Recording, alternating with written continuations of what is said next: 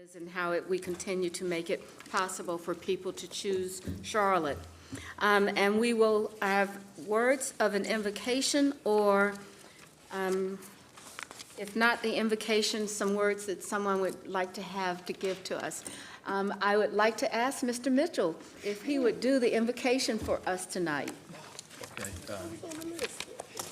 Following the invocation, and we will have the Pledge of Allegiance. Please stand if you choose to, or not, or participate however you will.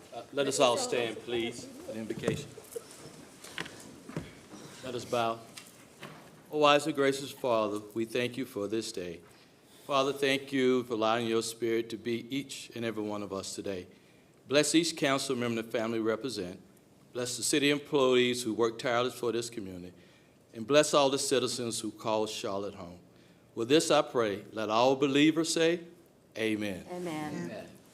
All right, now we'll have our Pledge of Allegiance.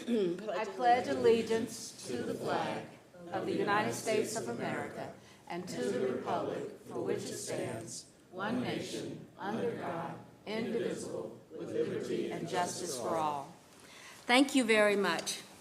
As one of our traditions for our meetings is that we recognize that there are many things that go on in our community that should be recognized. And tonight, I'd like to have Councilmember Molina read a proclamation recognizing May as ALS Awareness Month. Ms. Molina? Thank you, Madam Mayor.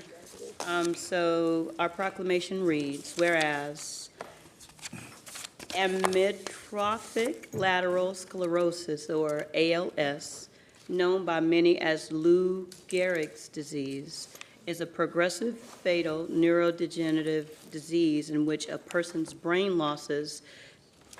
loses connection with the muscles, slowly taking away their ability to walk, talk, eat, and eventually breathe. And whereas, on average, patients diagnosed with ALS only survive 2 to 5 years from the time of diagnosis. ALS has no cure, and every 90 minutes, someone is diagnosed with ALS and someone passes away from ALS. And whereas people who have served in the military are more likely to develop ALS and die from the disease than those with no history of military service. And whereas securing access to new therapies, durable medical equipment, and communication technologies is of vital importance to people living with ALS, and clinical trials play a pivotal role in evaluating new treatments, enhancing quality of life, and fostering assistive technologies for those living with ALS. And whereas the ALS Association has committed over $154 million to support more than 550 projects across the United States and 18 other countries. And whereas our commitment to accelerating the pace of discovery remains unwavering, fueled by the hope that one day ALS will be a livable disease for everyone, everywhere, until we have a cure for it. And whereas ALS Awareness Month increases the public's awareness of people with ALS dire circumstances and acknowledges the terrible impact this disease has, not only on the person, but on his or her family and the community. And it recognizes the research being done to eradicate this disease. Now, therefore, our mayor, Vi Alexander Lyles, does hereby claim May 2024 as ALS Awareness Month in Charlotte and commends its observance to all citizens. Thank you, Ms. Molina. I truly believe that if all of us gave some thought, that we would know people who have gone through this terribly difficult disease. And so hopefully we continue to look for a way that we can have some kind of opportunity to keep people better in better health, and so that this disease is actually one that we can say we've taken care of in a way that we are able to prevent it. So thank you very much, Ms. Molina. All right, so the next item on our agenda is our consent items, and I think, are there any questions for Ms. Harris as a result of the review of the consent items? Any questions? Hearing no questions, do I have a motion to approve consent agenda items 12 through 23? So moved. Second. I have a motion and a second. Any further discussion? All in favor of the motion, please raise your hands. Madam Clerk, I know that we've got a few people, Ms. Ajmira, out today, and a few people that are not in the room, and so the item passes. Thank you. The next item is that we will go to our public forum. On behalf of all of the city council members here, I would ask that all speakers and audience members be civil and courteous in the use of language, because we would not like to have insults, profanity, gestures that are inappropriate behavior, or comments, questions, or jeers. We will not tolerate those activities or those ways of addressing the council. Speakers are encouraged to address council and not respond to the audience attendance, and be polite and respectful. I think it's almost like everyone is told when you first get to be someplace and your parents tell you, act like somebody, okay? So we're going to ask you to act like somebody with not having disruptions. I also want to say that when you come down to speak, and if you're making an appeal to the council, that the council members will have the opportunity to get the results of your comments, as well as have the opportunity to respond to it after the city manager or the staff recommends or makes a statement around what we're trying to accomplish or what you're trying to accomplish. So with that, I also want to note that our public forum, we have a limit of 15 speakers for each meeting. And so tonight, unfortunately, we have many more than 15, but we're going to pay attention and hopefully get everybody that we can in. Because of this, we will have a 2-minute time for each speaker. And we're going to start off with, Can we start before 6:30? can we start before the 6:30 advertisement of the public forum? The public forum was advertised at 6:30. It needs to start at 6:30. All right, so we've got a little bit more time to take before we get to those of you who have joined us to speak. So just bear with us. And then, Ms. Mayfield? Yes, Madam Mayor, I had a question, and I think I might need to verify from the attorney. When you all were going through the consent, unfortunately, I stepped outside to cough, so I wouldn't be coughing on the screen and left my badge. They couldn't get back in, but I did want to speak to item number 16, and there was a request for staff. Marie was kind enough to get the information for me, but what I was going to ask, and I'm checking with the city attorney to see, even though they have moved and voted for all of the consent items, since we have time, do I have the ability to go back to ask a question regarding a consent item? That's really the presiding officers. Okay. Yes, please, Ms. Mayfield. Thank you, Madam Sorry, I Mayor. did not notice. It is, Sorry. okay. All right, we're going to recognize Ms. Mayfield. So, thank you, Madam Mayor. Mainly, I reached out to Ms. Harris to just get a breakdown of exactly who are the identified DBEs, because it was not noted in here. So I would just ask if moving forward, and this is similar to a question I've asked previously, if staff can just start adding into our RCA, opposed to just the language of the DBE goals for the project is set at 10%, identify who those are, because we just approved through your vote an additional $4 million, making this total contract $185,651,000 contract.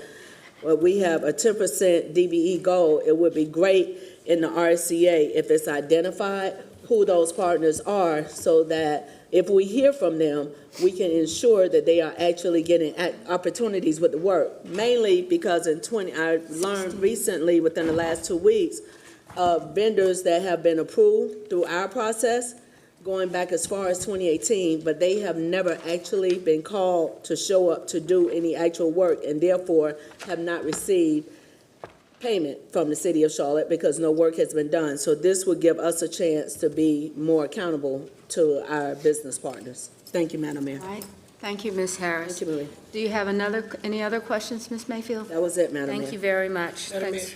please. All right. Yes, Ms. I Brown? was not here as well, Mm-hmm. and you voted. We we voted, and it passed. If you would like to state your vote, we would be included in the minutes. Okay. And it was on the agenda items for 12 through 23. Did you have any comment around any of those? I'm gonna look at them. Okay. All right, thank you very much. So with that, we are still ahead of our schedule for the public forum, so we'll go to the next item on our agenda. She wanted me to leave the scene for 20 minutes. We'll, do we have any speakers for the public hearing on the annexation, Madam Clerk? We only have the one speaker who is here to answer questions if there are any. And The that is, advertisement was at 6:30 as well. so we have to wait until Yes, ma'am. 6:30 as well, even though, all right. So we'll go to the city manager's report. Mayor, I didn't. Nope. I don't All know, right. expecting that we were going to do something different tonight. Let's get to our policy. All right, let's go to our policy items, our agenda policy items. Hold on. Have a public hearing. We can talk about all that infrastructure that we approve at the airport. It has a regional impact for all our neighboring towns and counties. We can talk about that. No, Do you want to go to appointments? let's go to appointments then. Why don't we go ahead and make the appointments that, that the council chose? Madam Clerk, would you lead us through region. that? Charlotte Business Inclusion Advisory Committee. The following persons have been appointed: Candace Gaddy, Ragunda Gotha, and Lakeisha Womack. To the Community Relations Committee, Miguel Carrera has been appointed to Community Relations. I got it. I need to practice. All right? Those are the appointments. Those are the appointments, so thank you, everyone that's willing to serve and help us as we try to plan strategy and future, for the future of our city. We can, I'm asking, for the item number 8 on the agenda is fiscal year 2025 annual action plan for housing and community development, and the recommendation is to adopt the fiscal year 2025 action plan. We have staff resources available if needed. Mr. Jones, do you have any comment on this?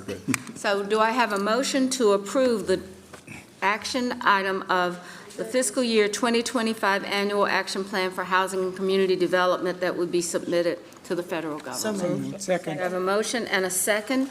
Any further discussion? Hearing none, all in favor, please say aye. Aye. Okay. The next item is item 10. Well, we did that already as well.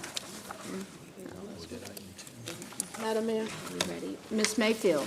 Since we are in a space that we've not previously been in, where we're actually early, may I have a request for the manager's office? Because once upon a time, at the end of meetings is when we would have council members will share whatever. But there was something that I wanted to ask of the manager for his staff moving forward. So since we have a 15-minute window now, may I be acknowledged to do that? I believe as long as the manager is aware of this, if you had a conversation, he's not. So he gets to take a bye? Does he get to take a bye? That's how it works. All right. Miss, It would be after his manager's report, but he didn't have a all right, report. well, let's do this, and Ms. Mayfield, and then we'll have a recess and come back in about 10 minutes and begin the actual work of our meeting. So, Ms. Thank Mayfield. you, Madam Mayor. So, Mr. Manager, along the lines of the last item, item 16, of asking for us to, in the RCA's moving forward, if there is a amendment or an addition to a project, it will be helpful if, for the sake of time, I would say quarterly, council receives an update. Again, what was brought to my attention at a community event within the last few weeks is that we have, as a body, approved a number of MWSBEs that have been identified through general services and through other opportunities.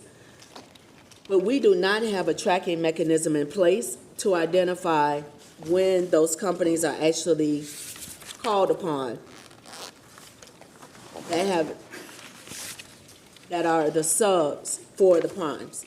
Meaning, the primes may do the work, but there's no tracking mechanism in place today that actually tracks whether or not they're utilizing the subs that were identified as part of their contractual obligation. In order for us to streamline that process, I think it would be very helpful if through the departments, if they're working with CBI and their team and reporting to council, again, on a quarterly basis, give us an update on those approvals that we have voted on so that we can ensure that our MWSBE businesses that have been identified are actually receiving the opportunities that we are promoting that they should be receiving, as we are encouraging more and more businesses to go through our trainings and to sign up through CBI. So, Councilmember Mayfield, totally agree with you. Tina Adams, the internal auditor, has been doing a review of CBI, and there are some, I guess the best way to say it, there are some opportunities for improvement, both from a technology standpoint and a tracking standpoint. So totally agree with you, and Renee's nodding her head. So yes, those improvements are in the works. Thank you. Thank you. All right, we're going to take a 10-minute break and be back at 6:30 to begin our public forum.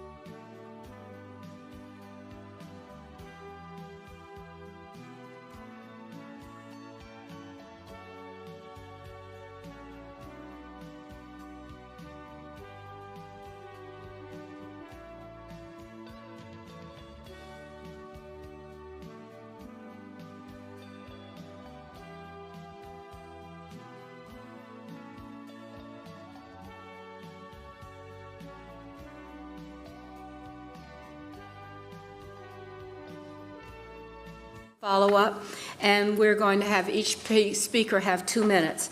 So let's start off with our first speaker, Jennifer Dayaska.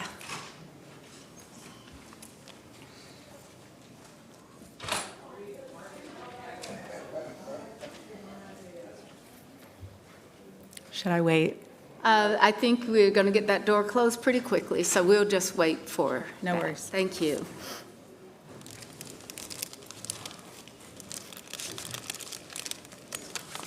Okay, thank you. Good to see Good you evening, again. Council. Good to see you as well. My name is Jennifer Diesa. I have been in Charlotte for 25 years, currently living in District 5. Throughout my time here, I have raised 3 children and dedicated myself to my career in community service. I volunteer for the Animal Care and Control here in Charlotte, the Humane Society of the United States, and St. Peter Church. As a senior business development manager for Messer Construction, I understand the importance of efficiency and effectiveness in organizational structures. That's why I'm here to advocate for 2 crucial changes in our city's Animal Care and Control Department. First, I urge the council to make Animal Care and Control an independent department.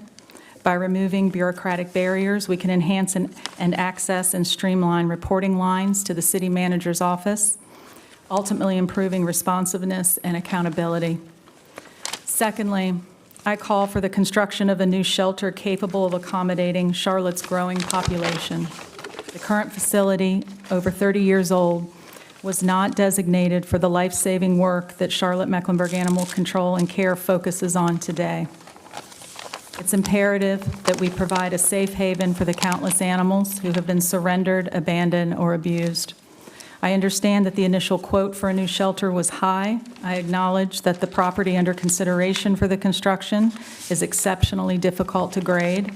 I encourage the council not to write off this possibility, but to explore alternative locations where a new shelter could be built for a lower price tag. Volunteering for the shelter takes a toll on my mental well-being. I know it has the same effect on the rest of our volunteers and staff and the community at large. Witnessing the suffering of these animals, making difficult decisions with limited resources, and confronting public misconceptions are all deeply challenging aspects of this work. The inadequate facility and staffing further exacerbate these challenges, making it difficult to provide the level of care needed.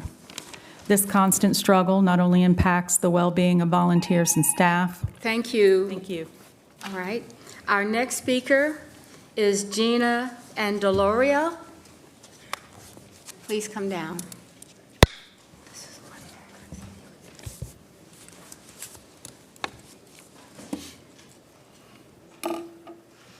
All right. Good evening. Hi, everybody. My name's Gina Andaloro, and I'm here today to speak with you about what's going on in my neighborhood, specifically at 8127 Cliffside Drive. So just to give you a little bit of background, my husband and I have lived in Old Heritage for 14 years, and I've honestly never lived in a better neighborhood than this. We have 2 children who are here with us today, age 7 and 5, and we love being outside with them. And although our house isn't exactly the right fit for us, we have found it so difficult to leave this neighborhood because of the amazing experiences our children have had and the relationships that we've built here in this neighborhood. One of the things that I've specifically loved is the fact that I could let my kids out front to play with the neighbors while I'm cooking dinner. Everyone watches over everybody. We know everybody in the neighborhood, and we're truly a family. I live right next door to 8127 Cliffside Drive, and things took a turn when a new neighbor decided to build a parking lot as a driveway. That got me wondering what was going on. A quick search online, and I started seeing ads everywhere for renting rooms for as low as $26 per night. And now I've seen things that make me uneasy, to say the least. A parole officer, someone cracking open a beer in their car at 10 in the morning, another person doing I don't know what kind of drugs in the driveway, and people removing doors in the middle of the night. I don't know why you would have to do construction in the middle of the night before codes come if you aren't trying to hide something. It was extremely suspicious. So a neighbor of ours rented out one of the rooms to get a good look inside and confirmed all of our worst fears. They were renting out 8 single bedrooms. This behavior, quite frankly, scares my husband and I and the rest of our neighbors. It has significantly affected our quality of life. That's it. Yes, I thank you very much. We have gotten letters and communications from your neighbors, as well as you, I believe. And our city attorney has agreed to take a look into this, and I think that we will follow up with you as soon as possible. Thank you. So now Allison Benz would join us.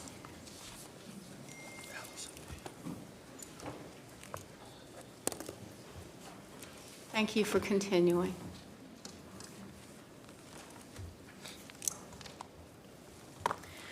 Good evening. I'm Allison Bennis, and I've also come to discuss the matter of 8127 Cliffside Drive. I too am a mother with 2 small children in the neighborhood. My neighbor Gina just described the changes recently made to this house. From what I can find in the current city ordinances, the closest thing to describe what he's doing is a rooming house. However, I still don't think this is accurate. Based on his advertisements on multiple websites, his intent is to rent out rooms with keyless entries on a nightly basis for rates sometimes as low as $26 a night, renting out individual rooms under one roof by the night to different people unrelated without leases or background checks. I have to ask, how is this in practice any different than a motel? He is advertising such low rates to flip as many rooms as possible to make money. This provides no stability and does nothing for the affordable housing crisis. He has no regard for the people staying there. Just read the reviews from his other houses, and no regard for the neighborhoods his houses are in.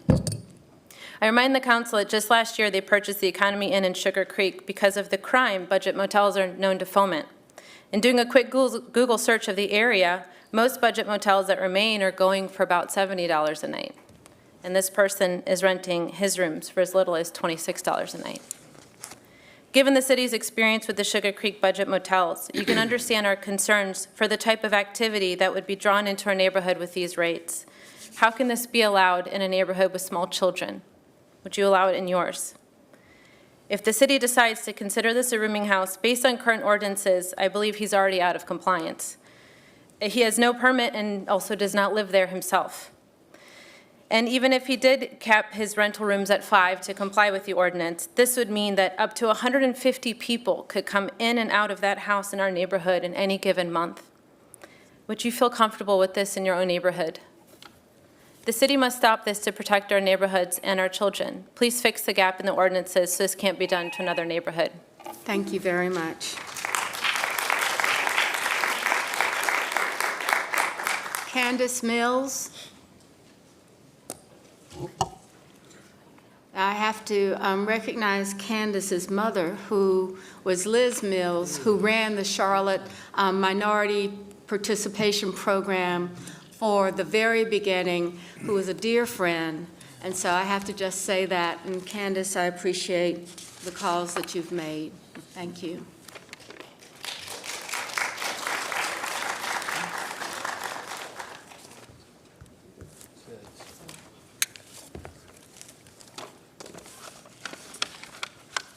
A little nervous, so bear with me. Good evening, members of the City Council. Thank you for your time tonight. My name is Candace Mills, and I stand before you with a grave concern for our Old Heritage neighborhood. This is a well-established, hard-working, middle-class neighborhood. My family purchased our home in 1984. That's almost 40 years ago. They were welcomed with open arms. There was no animosity, no harmful rhetoric, or resistance of any kind. And now I am blessed, along with my sister, to continue to display our pride of ownership along with our neighbors. This is a very friendly, loving neighborhood. We have family picnics in the summer, the fall, along with other activities such as Christmas caroling, Easter egg hunts. We even have a dog walking crew. As you can imagine, this is more than likely a rare occurrence. We help each other whenever it's needed. A tree fell across our driveway during a storm, and while my mother and I were trying to figure out what to do, there were 2 gentlemen outside with chainsaws. We offered them money, but they refused. They said, "This is what neighbors do." It doesn't get any better than that. So to have our way of life disrupted by this individual is very alarming, to say the least. We did not ask for this. My home is my best and only investment, and to have that value put in jeopardy is very disturbing. Charlotte being the booming city that it is, enjoying the influx of people and businesses from around the world, it seems it's time for Charlotte to get to work updating its ordinances and zoning standards, which I don't know much about. I just know that this is unacceptable. In closing, the only thing I ask is what you, the City Council, are willing to and able to do so that this does not happen to any other neighborhoods, including your own. Thank you for your time. Thank you very much.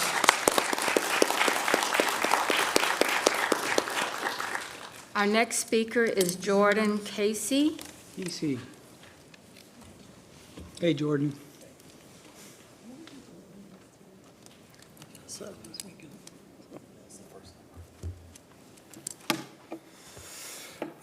Good evening, ladies and gentlemen of the Charlotte City Council. My name is Jordan Kazee, and I am a father that lives across the street from 81 and 27 Cliffside Drive. As you can tell from the previous people before, in our neighborhood, we have a full-fledged business known as a real estate syndication operating. A real estate syndication is a process of pooling funds of multiple investors to finance the purchase of a single property. This fact is supported by the existence of the company's YouTube channel, a website, and obviously the expressed explicit content to operate various motel-type businesses throughout the city. Where this model differs from the traditional real estate investment is that rather than one owner, it's dispersed amongst many, many different owners that pool their money, and they do it with very few people, with many people coming in and out of the house, which, as the previous speakers have noted, is very, very disturbing. Furthermore, what is particularly alarming in the business model is that this is happening throughout Charlotte and across municipalities in the U.S. and Canada. To put a thumb on it here in Charlotte, just this syndication has these houses in District 4, District 6, District 7, and District 2 from what we can find. I cannot see how this scheme helps the city in any other way other than helping an exploitative set of owners for this business. The situation is not just business as usual, it is a disruption to the way zoning has always been done in this city. I can recognize that we live in an era where financial opportunities of disruptive technology and business models are held in high esteem, and I understand that. But with that benefit comes challenges. It is time to apply our critical thinking skills to what we see is happening to ensure that our policies and practices and technology and zoning codes are aligned with the intentions and values that we want our city to embody and grow from within. What has happened at 8127 Cliffside Drive is ruining the essence of what makes our neighborhood great. Thank you so much. I appreciate it. Thank you for your time. I just want to say thank you for coming. I'm very aware of the situation. We've talked to code enforcement about it. Citations have been issued. They're not even. But the truth is we don't have an ordinance that completely excludes this. We need to work on that. And I think that that is something that we need to work on. So we'll see how we can do this. Mr. Baker will follow up. Thank you very much. We see what ideas we can come up with. All right, so thank you very much. So our next speaker is Arthur Griffin. Mr. Commissioner Griffin. Isn't that your committee? My district, yeah. No, but your committee. I like the color of that purple folder, sir. Would it be referred to? Transportation. Yeah, Megan. See if I can do this in 2 minutes. Good evening, Mayor, council members, manager. I'm here this evening to ask you simply to implement a temporary pause in the by right approval process in the Palisades ETJ and other ETJs until such time as when the city can address the imminent threats to health and public safety. Although I have spoken to you about radio communications with emergency services, that is even more immediate problem of the CMPD being limited in enforcing normal traffic laws in the Palisades. And the reason is private roads, not maintained by CDOT or NCDOT, sometimes called orphan roads. You are approving hundreds of private orphan roads in the Palisades and ETJs, putting residents at risk of death or serious injury from speeding, running stop signs, etc. Can you imagine a child riding his bicycle into the road on one of these orphan roads and hit by someone traveling 50, 60, 70 miles on Palisade Parkway or one of the other orphan streets. Another safety issue, your staff has accepted a duplex and triplex development for review with 10 alleys at 17001 Youngblood Road. Now, this is where common sense will rule the day. A 41 feet, 7-inch fire truck cannot reasonably navigate alleys to attack a fire. So help us with a pause with by right development until such time we can find a reasonable way to keep people safe. You could do this legislatively under the UDO or statutorily under North Carolina General Statutes 160D-107. I'll be back to share with you how I think we're doing with your 10 planning goals in the ETJs under the Comprehensive 2040 Plan, such as 10-minute neighborhoods, protecting critical watersheds, infrastructure, tree canopy, safe and equitable mobility, integrated natural and built environments, etc. Let's have a win for ETJ residents and a win for developers. Thank you.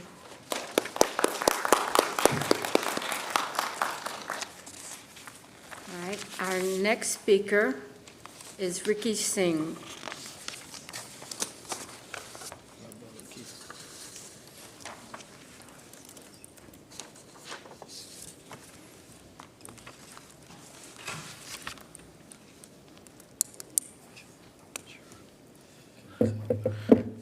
Good evening, esteemed members of the City Council, Mayor, and City Manager. My name is Ricky Singh, and I'm honored to address you today as the Executive Director of My Brother's Keeper, Charlotte Mecklenburg. Since stepping into this role in July 2023, I stand before you to express our profound gratitude for the funding received for FY 2024 and to share how this support has enabled us to initiate transformative initiatives. In 10 months, we've expanded to 40 partnerships from 6, engaged youth in over 100 innovative and positive experiences, impacted nearly 5,000 youth, and are currently working as a partner with Charlotte Mecklenburg Schools around supporting the senior class in 5 of the largest high schools in Charlotte, as well as addressing the nationwide issue of chronic absenteeism. Over the past 19 years, my journey in education as a school founder leader in our city and county, administrator and teacher, has deepened my commitment to creating inclusive spaces where young individuals, specifically boys and young men of color, I'm a dad and father of 4 boys myself, aged 12 to 22, can flourish and realize their potential. You received our proposal where we want to expand the 2 initiatives we have started since July of 2023. The first one is launching a youth impact office geared around providing robust internships, apprenticeships, and professional experiences in our corridors of opportunity, and providing more nonprofit sustainability, a program that focuses on enhancing the effectiveness and sustainability of nonprofits directly serving Charlotte youth in low-income areas. I want to thank you for this time. This is my first time. I was nervous, but I appreciate everyone for hearing me out tonight. Thank you. Thank you. Our next speaker is Brian Morales Casiniano.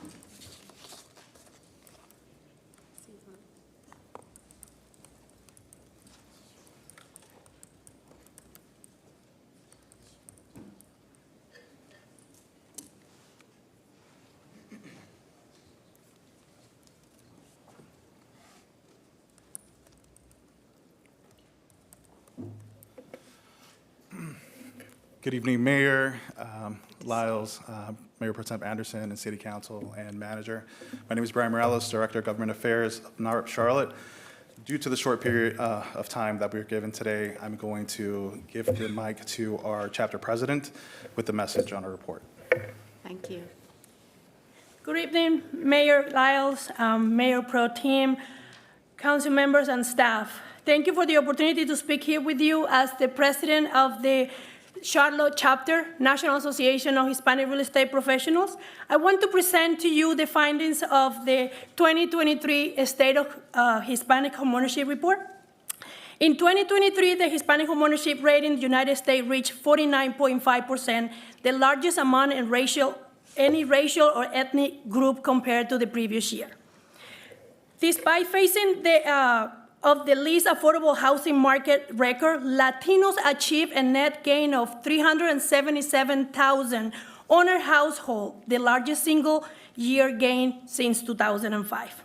And do you know that here in Charlotte, we have similar trend? However, facing unique challenges, high interest rate, and rising home prices have made it difficult for many to qualify.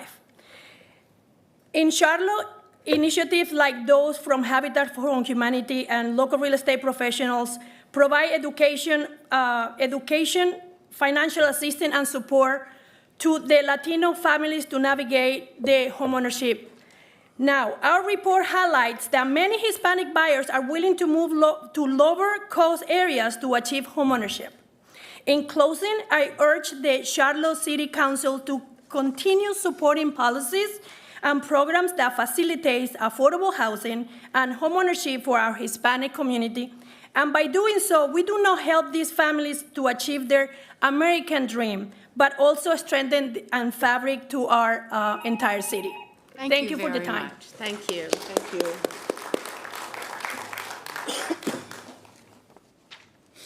Our next speaker is Ty Twine. Ty Twine. All right, we'll come back if that person comes in. So we'll now go to Michael Capriolo. Mike?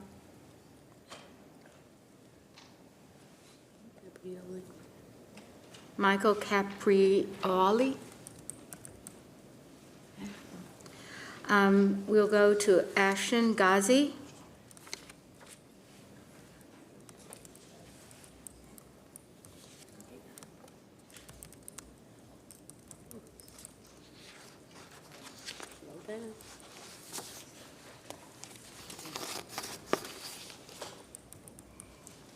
If you just. Where's our police officer? Reading material. Thank you. Thank you. How are you? Should I wait for the packages to get around? Okay. We will do that, yes.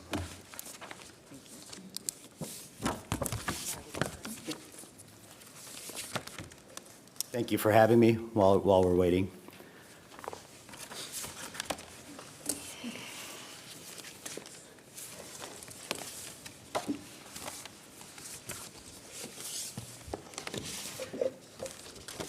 I'm Afshin Ghazi. I've been developing here in Charlotte for over 30 years. Some of you probably know me from building the Epicenter. I brought my younger daughter with me today because my older daughter, her older sister is 24 now. I moved here in '93 from Louisville, Kentucky. My first home was in a duplex, and it was a $130,000 duplex that I brought from Alan Tate. And he became one of my mentors, one of my guides, one of the stewards of the city. He's passed now. And I take our home very seriously, and I love where we live. But we do have a crisis. And I hear about housing here, and I hear about housing from the previous people that just spoke. And the simple thing that brought me here today is because after 8 months of passing the new UDO, staff came back with a recommendation to take a step or 2 steps backwards and get rid of triplexes in lieu of just duplexes, except for on corners. And what they cited was parking issues and lack of applications. Currently, we have about $30 million of duplexes triplexes under construction in the city. The reason I got in this business is because my 24-year-old daughter can't find a new home anywhere in South Charlotte for under $1 million. Doesn't exist. You can go find a teardown or a renovation project that's going to cost you $500,000 to $800,000. But the problem there is if you tear down a $500,000 to $800,000 house, you have to build back roughly $2.4 to $3 million worth of something in order to make the economics work. So the simple rule is without density, you're not going to bring affordability. And in the staff meeting where they showed the maps, the majority of our city is N1A and N1B. And if you decrease triplexes and duplexes, I think that if you want to send your remaining remarks to the city clerk, we can have them. Okay. Or you can come back for our next public hearing. I invite you to come see our triplexes. They're Thank you. beautiful. All right, thank you very much.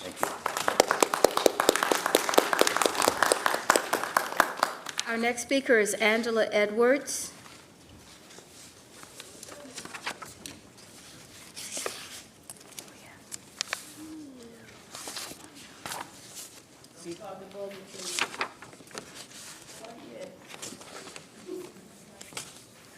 Thank you for taking the time to come down those steps, really. I know it is steep. Yeah. I don't know who got that through the permitting process.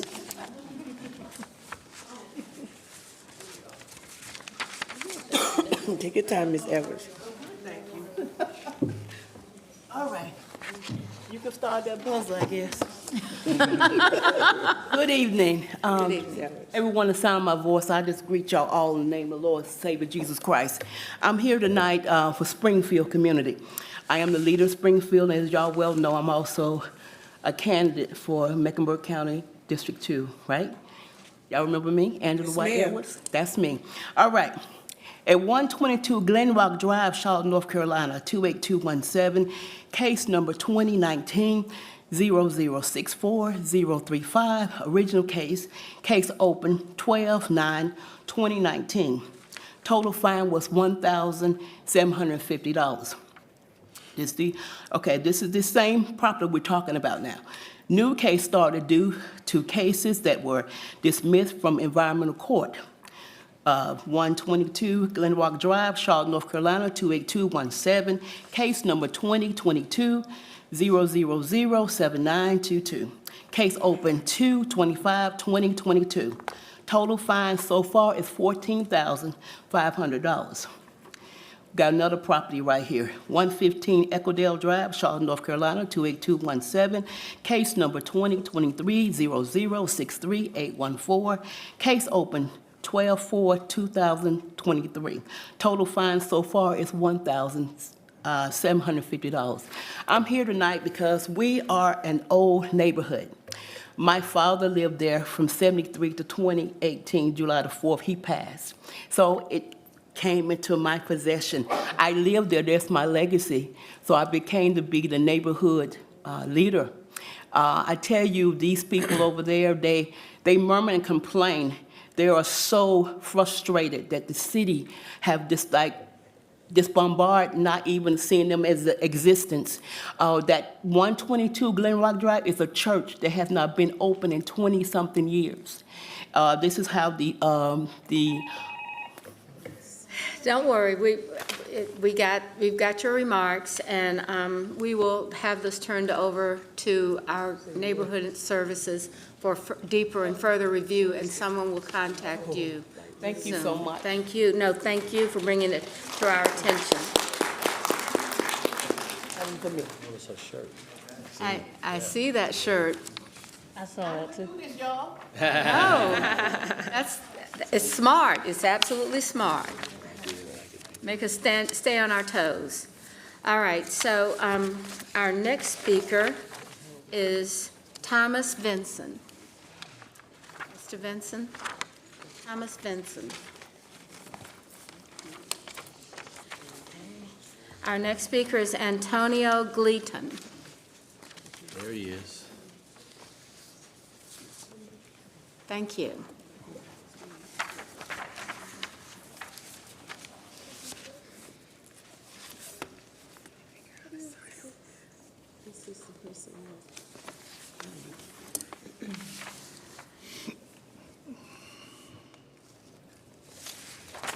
Good evening.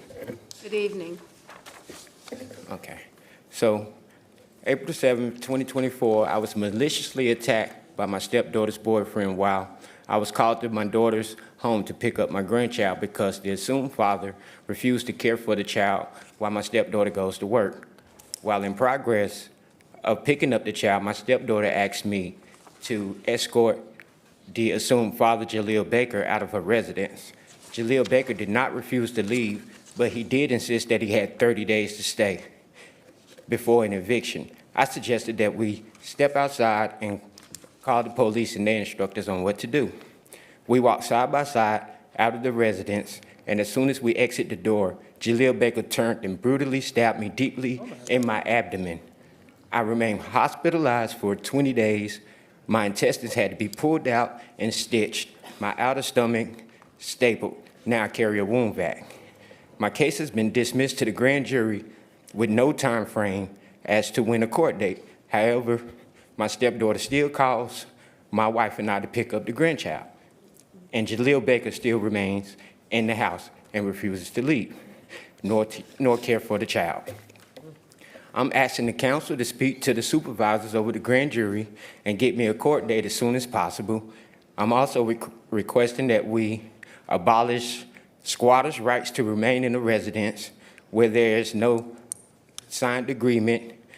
Mail nor material should no longer validate a squatter's rights to remain in or on premises in which there is no written agreement.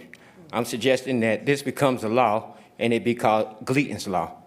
I ask that the council submit Gleaton's Law to Governor Roy Cooper for immediate action because I nearly was unalived, and I don't want others to go through what I went through. Thanks for hearing my cry. Thank you.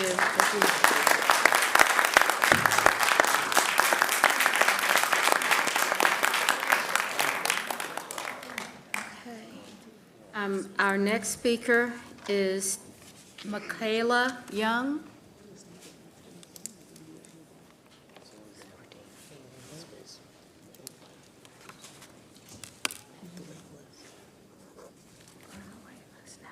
Michaela? It's not here, so. All right, our next speaker is Kimberly Wade.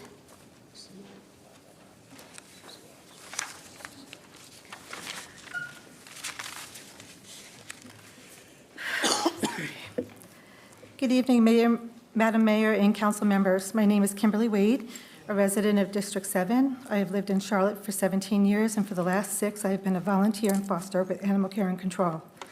My experience as an animal shelter volunteer has profoundly shaped my life and worldview. I see firsthand the heartbreaking reality of animals being surrendered due to various circumstances, including lack of affordable housing and unforeseen life changes. Our shelter is a lifeline for so many animals and people in our community. It should be a place of hope and healing. I want to share a story about Sarah and Max. Sarah walked into the shelter crying, holding the leash of her beloved Labrador, Max. His gray muzzle spoke of years of companionship and loyalty. Trembling, she clung to the leash of Max, sensing her distress. He nuzzled her for comfort. Sarah had been evicted from her apartment. Despite her relentless search for a pet-friendly home, she found herself with no safe options where she could keep Max. Desperate and out of time, she made the heart-wrenching decision to surrender him to the shelter, hoping they could provide him with a new home. When Sarah arrived, a staff member explained the dire situation. "We can take Max, but our shelter is at full capacity. There's a chance he might be euthanized." Sarah's face crumpled as she took in the news. She had already lost her home, and now she confronted with losing her best friend. Her sobs echoed through the shelter. Overcrowded conditions means that every new intake increases the risk of euthanasia. This tragic scenario happens all too often at our shelter. People already devastated by their circumstances are forced to make impossible decisions, and animals face uncertain futures because of our failure to provide adequate resources. We must act to change this, and we are asking for 2 things. Please designate Animal Services as an independent city department and fund a new shelter. This does not need to be the one with a $200 million price tag. We are a community with abundant wealth. We can figure this out. Thank you. Thank you. Our next speaker is Robert Davis.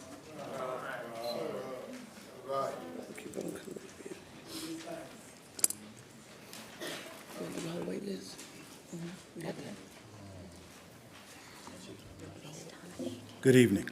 Good evening. Good I'd like to start with saying, with my statements, with saying thank you to the council members that voted in favor of the $25 an hour minimum wage on last week. It's a very important issue for city workers, so I won't bore you with a lot of facts and figures there. I will also not talk about, because we've done it ad nauseum, about the housing insecurity and the food insecurity among city employees. I'm simply going to ask that you reconsider that vote. that you weigh that against the backdrop of Charlotte being the second fastest growing city in the nation. And also think about that stat is on the backs of the workers that are out there every day completing their jobs. We have reached that glorious height as a city based upon the work of city workers. So I won't waste an entire 2 minutes going over things that we've done countless times before you. I'm glad you've heard us in the past. I'm asking you to hear us one more time. We have workers that are ready to send kids to college this year. $23 an hour is not going to do it for them. So take this time, think about the stats that the city has. We're serving 1 million people with Charlotte water. That's who I work for. Reconsider that vote. Think about where the city has grown exponentially. Think about inflation, and think about the workers that are here every day tirelessly, making this city great. Thank you.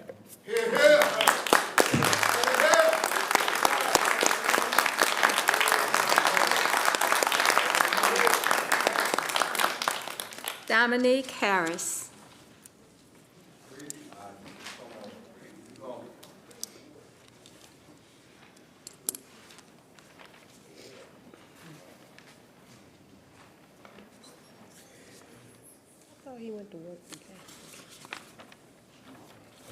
Hey, y'all, I didn't think I'd get a chance to speak. All right, so I think from the beginning, our goal was to raise city workers level up to here, because that's what we deserve to be. I think that was the whole goal, to get the bottom up to a point where everybody can come to the city and have a respectable job and earn respectable wages, where a little kid can look at their daddy in the morning and be like, Eddie, I want to be like you when I grow up. Not to have a situation where a man comes home and complains about a job and how much he gets paid and what he has to do for a city. It doesn't seem like they appreciate the work that he does. We want to be able to be the vision of what the city is. You know what I'm saying? It's not just the buildings, it's not just the streets, it's the people. And it's the people that put them things there. So we got one of the fastest growing cities in the nation and some of the hardest working people in the nation doing that to be able to get the city to the level that it needs to be. So I just want to say one thing. Thank you for the city workers for contributing to the survival of this city, because without them, we wouldn't be here.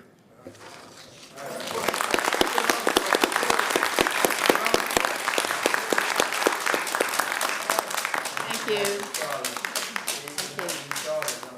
That concludes our public forum. I'm sorry, one more. We have one more? Craig Brown. Mr. Brown. Craig Brown.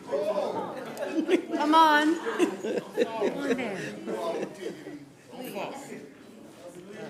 Be careful, Mr. I know, really, Mr. Brown. Be careful.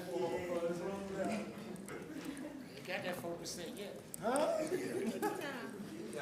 Let him focus.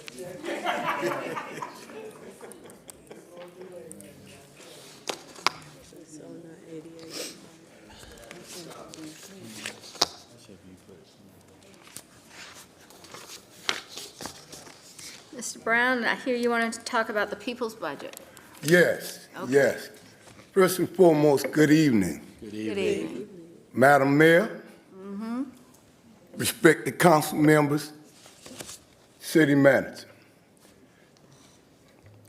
I ain't got nothing but 2 minutes, so I'm gonna try to make this real simple. I got to go home to Charleston. And it made me appreciate the place I am today. I migrated here, right? I got a job with the city. When I got a job here, we ain't even making no money. And the jobs that we do as city workers was looked down upon, you know. But let me tell you something. Through this job, I was afforded some things. I made the best that I can do. City manager, wise council, please lift the city workers up. Think about the welfare of the living. I took a little, what y'all gave me, and made a lot.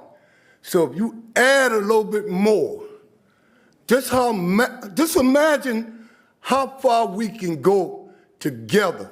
We being talked about all through the Southeast of what Charlotte is doing together. Let's keep this going. Thank you.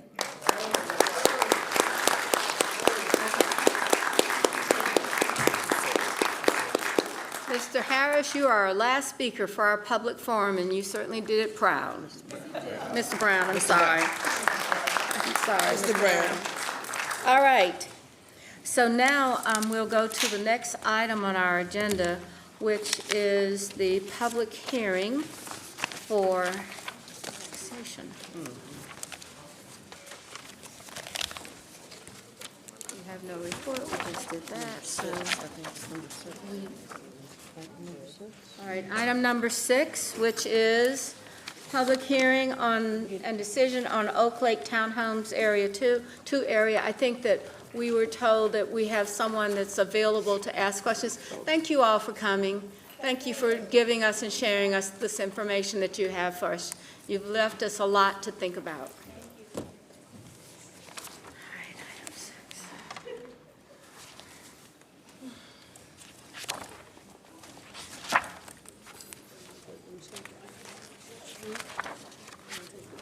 All right, Madam Clerk, has anyone signed up to speak?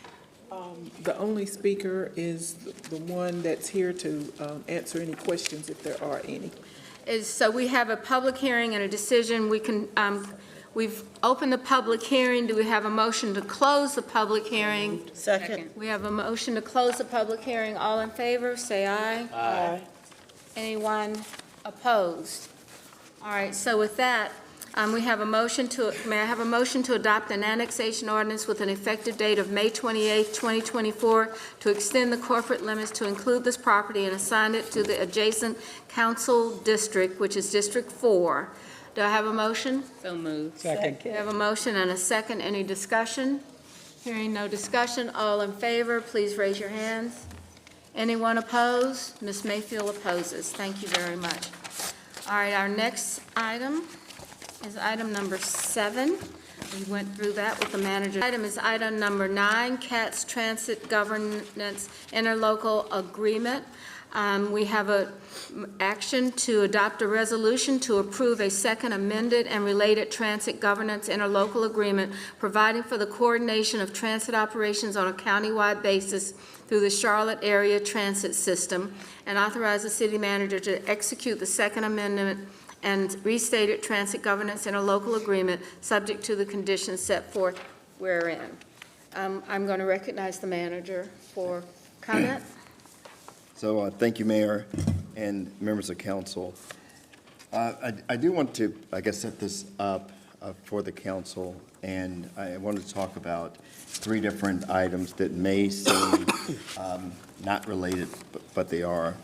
First, the red line. We've been talking about, the city has been talking about acquiring access to the red line from Norfolk Southern for some time now. It's officially called the O line, but we've called it the red line. And 2 years ago, I think if we had this conversation, you could have probably received something like nothing has changed from our policy position, i.e. from Norfolk Southern, or that information is not accurate. So I would tell you, without going into much detail, we are progressing in those conversations extremely well, and I continue to be optimistic.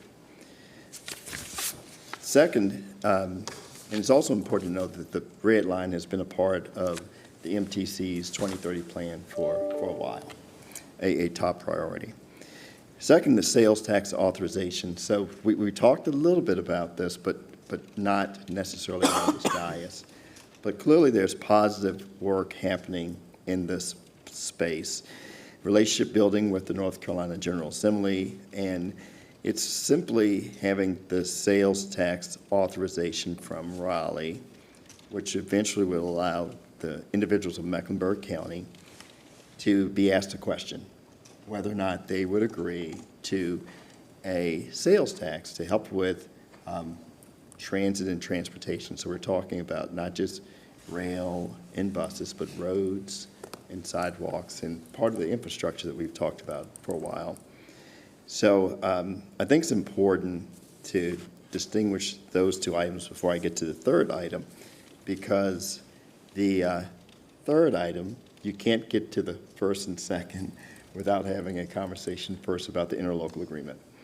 So the county and the 6 towns have a desire to have this interlocal agreement amended and voted on by the council as we move forward to what I would say some of the bigger goals, i.e. Building out the transportation system and having transportation, well, the transit system, but also having transportation dollars for not just Charlotte, but the other towns also. So this interlocal agreement that's before you tonight, it's about 25 years old. The last time it was amended was 2005. So clearly there's an opportunity to update that. What I have tried to do in these discussions is to make sure that we preserve our fiscal and legal responsibilities as the city of Charlotte, but also taking into account many of the terms that the county and the towns felt were important. So in this amended interlocal agreement, there are about 15 different issues that were brought to the table by the county and the towns that have been resolved in one way or another. And when you start to look at some of the cleanup and just the overall amendment, there are about 23 different provisions that have been addressed or amended in this. So I say all that to say that I think all of you know that eventually we would be moving towards some type of regional transit authority. And if we think about this in terms of steps or legs to a relay, this is the first one. As we start to think about sales tax and the red line and the authority, we can't get to the end without having at least this beginning discussion. So Mayor, I just wanted to set that up as to some of the thinking from the city's side perspective with this amendment. All right, thank you, Mr. Jones. I have to say that a number of us have really been deeply engaged in the idea of how do we make sure that as we continue to grow, that we do it in a way that serves every resident of our city. I always like to tell the story of Miss Molina and having that wonderful new sign that says Wake Forest Medical School on the building, and that business alone will have 5,000 new jobs. And I'll never forget one day that I got a call from a young woman on the east side who told me that she had a job, and she said she just had a job because she had no transportation to get from the east to her job. And of course, if you don't show up after a certain amount of time, you have no job. And so this idea has always been something that I think we've all known, that as we are growing through the issues of having upward mobility, part of it is not to have to pay for a car insurance, car taxes, gas, and all of those other things that we used to say, well, we all wanted it. But right now, I think most people would choose the ability to get to work in an affordable way and not necessarily have to have or own a car. But I always remember that young woman saying she lost her job because she didn't have a way to get to work and she could not afford a car. So this has been something we've been all talking about, the questions that we have and to place in play today.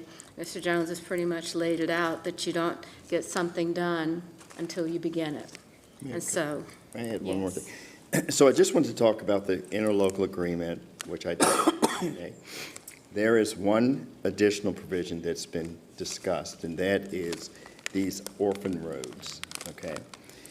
So my position has been consistent that the interlocal agreement with the city, the county, and the 6 towns, or the MTC, deals with transit, deals with buses and rail. So a provision dealing with orphan roads doesn't have a place, in my professional opinion, in this agreement. So what I've done is propose to the county and the towns that through an MOU, that we would have memorialize how we would go about using, if we got the sales tax, a portion of that sales tax that's related to roads, as it relates to Charlotte, for those orphan roads that are within Charlotte's ETJ. So while that isn't in what's being proposed tonight for the interlocal agreement, there is an avenue to address that through an MOU. All right, so Mr. Jones has spoken. Mr. Driggs, you're recognized. Thank you, Mayor. So I have followed these conversations as chair of the Transportation and Planning Committee, and I want to emphasize Charlotte has always tried to keep its eye on the main prize. The goal is regional plan. It needs to be funded. The identified funding source was the sales tax. However, we did encounter with our partners in the MTC issues. For one, the northern towns, having been disappointed by the half-cent sales tax and not gotten the red line, were really not interested in working with us, right? So I just want to point out that as part of our effort to kind of reach an accommodation and move this forward, we are now engaged, as the manager described, in conversations to overcome that issue. Other things came up in which our partners in the MTC expressed a desire to have more engagement, a bigger role in the whole thing. And that's what the topic was. And I hope you all remember I circulated actually to everybody on council about a week ago the actual document with the markups and the changes. So I think the manager has done a great job of representing our interests, under difficult circumstances at times. But he has looked after us, and he has taken our message into those conversations. And I believe he's come back with something that we can support in order to be able to move ahead. On the subject of the orphan roads, the serious question was not whether or not we would participate and help to do something about it. It was just whether a topic like that belongs in a charter document or an organization. So it's just a question of where's the right place to do that. And I think the manager has proposed something, which it sounds like in the minds of the MTC is a basis for further conversations. And so I think it would be great if all of us could get behind this interlocal agreement and understand that it's one step towards the goal that we have of getting that referendum out there, getting that revenue established, and then being able to realize a regional plan. So I would move to approve it. Second. We have a motion and a second, and I believe I had Mr. Bakari, Mr. Bakari and Ms. Mayfield.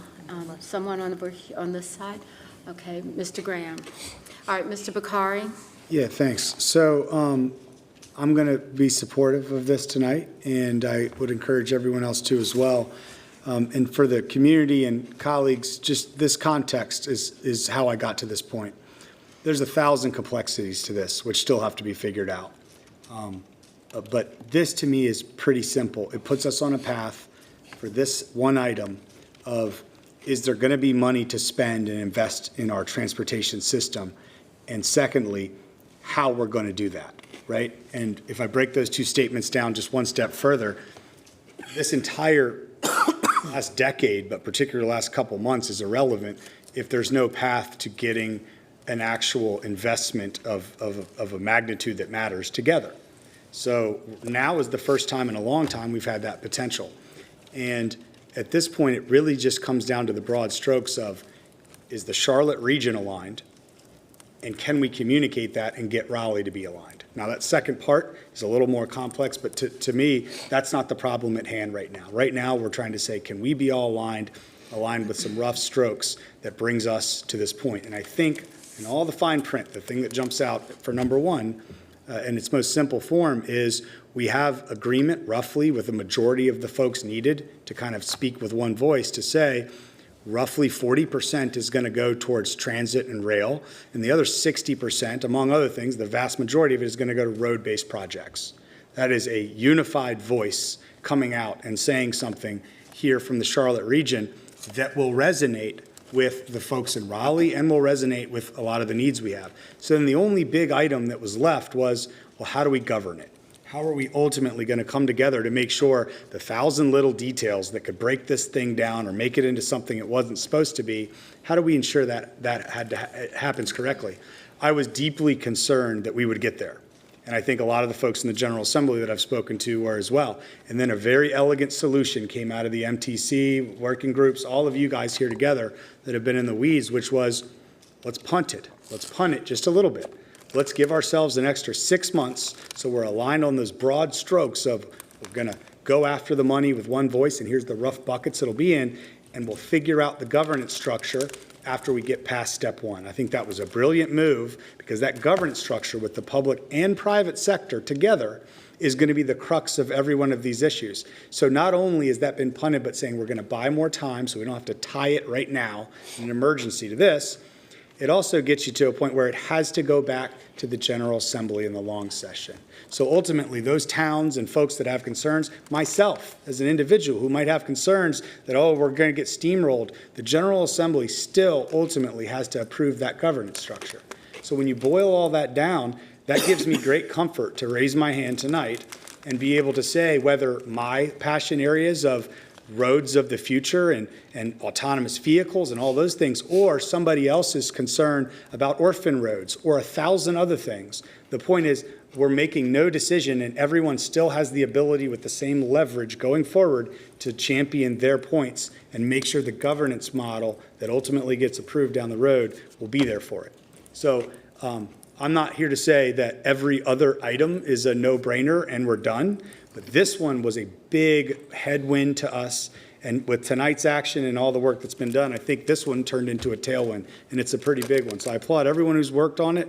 I applaud all the different towns and folks on the local side in a very tough situation these last couple of months have been for coming together. And I think this marks, we're shifting gears into that final dash to the finish line. And who knows, maybe a miracle will come out. Ms. Mayfield? Thank you, Madam Mayor. Mr. Manager, you know you and I have conversation a lot regarding words and the power of words. I'm trying to understand this logic of this idea of orphan roads. One, press release went out earlier today. They identified a particular area, Palisades and some roads. Those aren't orphan roads. That was private roads. Lennar, as the developer, private developer, private roads. The conversation is now they are talking about turning those roads over to the HOA. HOAs, we have little to no authority with. That's the General Assembly. They have a representative out there that has been trying to come up with ways to protect residents because of all the powers that HOAs have had. So I'm trying to understand, based on the conversations and what has been shared with me prior to us getting here today, this seems like, let's just throw in one more thing with saying, well, these orphan roads, they're not orphan roads, it's private roads. Help me understand why that is something that we would even consider, because as a taxpayer who does not use public transportation, but a good bit of my taxes goes towards it to help others, why would I consider any funding to go towards that versus, or what does it look like for the town's contribution to go, since if it's in the ETJ, that is county, that's not city. Help me understand. Well, it seems like there's a look of fear on my face. It's because it's real in the sense of going down the pathway of trying to explain orphan roads. And so, I'll look to some of my help out there in the audience. But what I'll start with, the concept is been out there for a while, as we have been talking about the interlocal agreement, that if we're talking about roads and a part of this sales tax is dedicated to roads, can there be, oh, that's my guy, thank you. Can there be? You might want to hurry up and help him out. Look, come on over here. And they don't know whether you're coming or going, to tell you the truth, so. You might want to on this. Could there be, allocation is not the right word, could this be in the definition of uses for some of the transportation roads money? But to talk about orphan roads, I'm going to turn it over to Ed to just give a broadly definition of what encompasses that. Is that right? Sure, yeah, I'll give it a shot. And also to explain the difference between a private road and an orphan road, since we now identify what was a private road as an orphan road. Sure, again, I'll give it a shot. Ed McKinney with the City Manager's Office. Yeah, let me try to start a little bit with the definitions, and there's a lot of words in here and different terms that we use, so it'll take a minute just to sort of untangle a little bit. There are lots of subdivisions, residential development in the ETJ, so the extraterritorial jurisdiction, the county, in all throughout the county, but specifically we're talking about the areas in Charlotte's ETJ. So each city, each town has a jurisdiction outside of their municipal boundaries that they have land use control over. And as you all know, you see that in your rezonings every month. So there's development that's happening within Charlotte's ETJ that is governed by land use decisions that the city makes.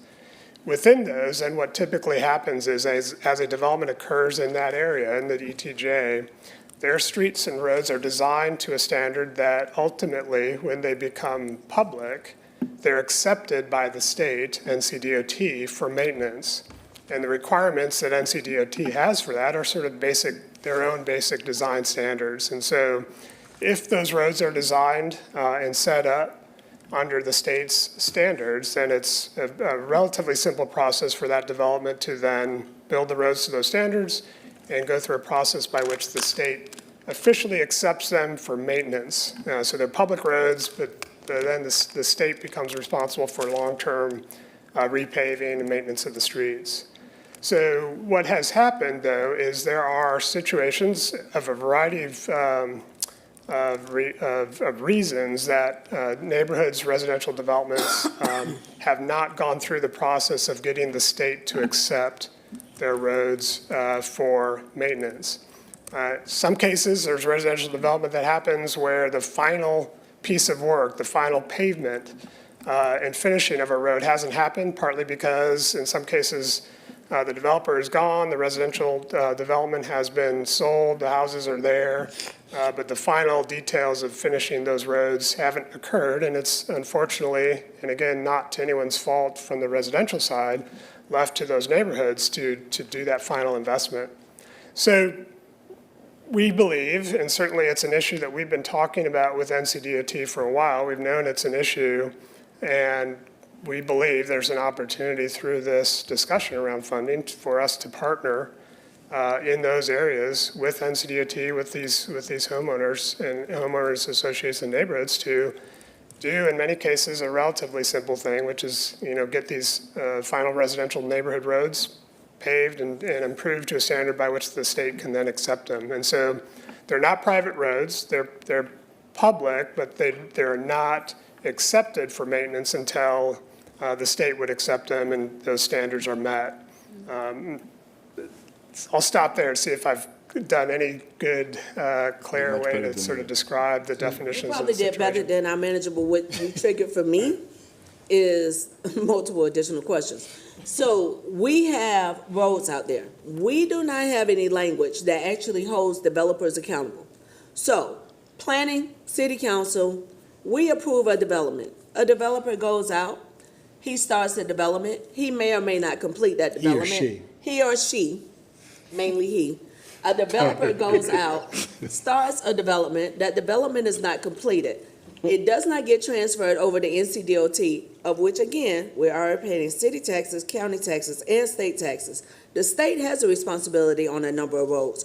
We are now having a conversation that with our dollars in support of CATS, that opposed to us reinvesting in expanding our current infrastructure when we have neighborhoods within the city limits that do not have bus routes or have had bus routes eliminated under previous leadership, we're saying that we are going to consider putting money aside to go in and complete a private road that a business neglected to complete in order for that road to possibly be accepted by the state, because what the process should have been is that developer, in the process of his business of building, should have applied for it to go to the state.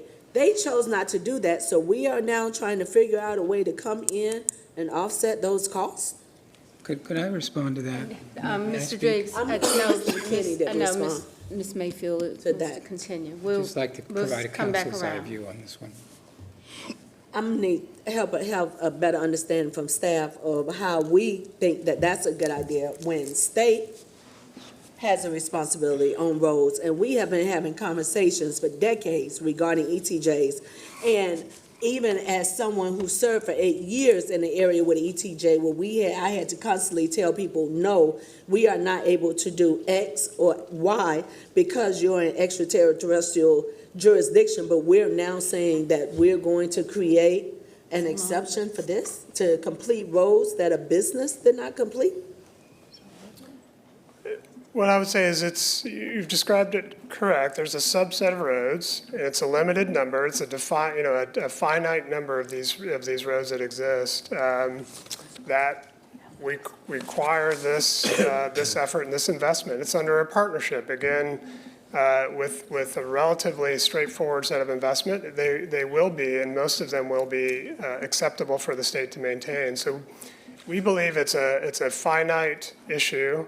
It's an issue that in many cases can be solved pretty clearly with a partnership with the NCDOT. We can get to a very a clear process of getting that, the acceptance from the state to happen.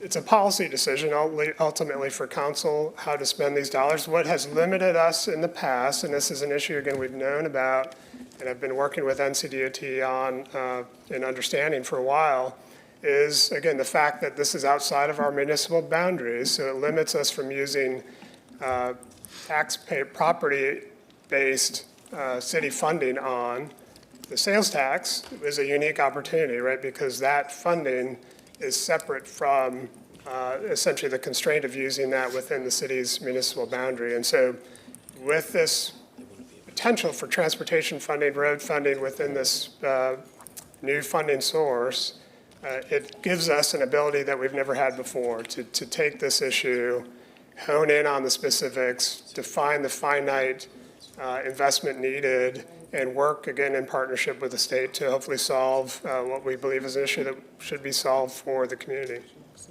Thank you for the explanation. All right.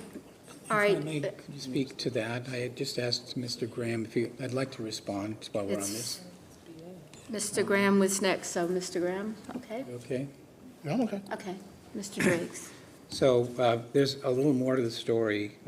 What I heard talking to Brett Knipe, an NCDOT engineer, was that there was development that took place in the expectation that it would be annexed under involuntary annexation. So the road was built to city specifications and not to state specifications. Then the legislature outlawed involuntary annexation, and the annexation didn't occur. So that is one reason why this is an orphan, because it was built properly to city specs, but that wasn't okay for NCDOT to take responsibility. So they said it needs to meet our requirements before we will take responsibility for it. The other thing to note is this road is in a right-of-way. Private roads are a different story. This road is accessible to the public by virtue of a right-of-way, but it's not subject to maintenance by anybody, and that's why it's an orphan. It's different from a private road. And it has become a major thoroughfare that is used in those areas to access different places. And this is why we have this conundrum.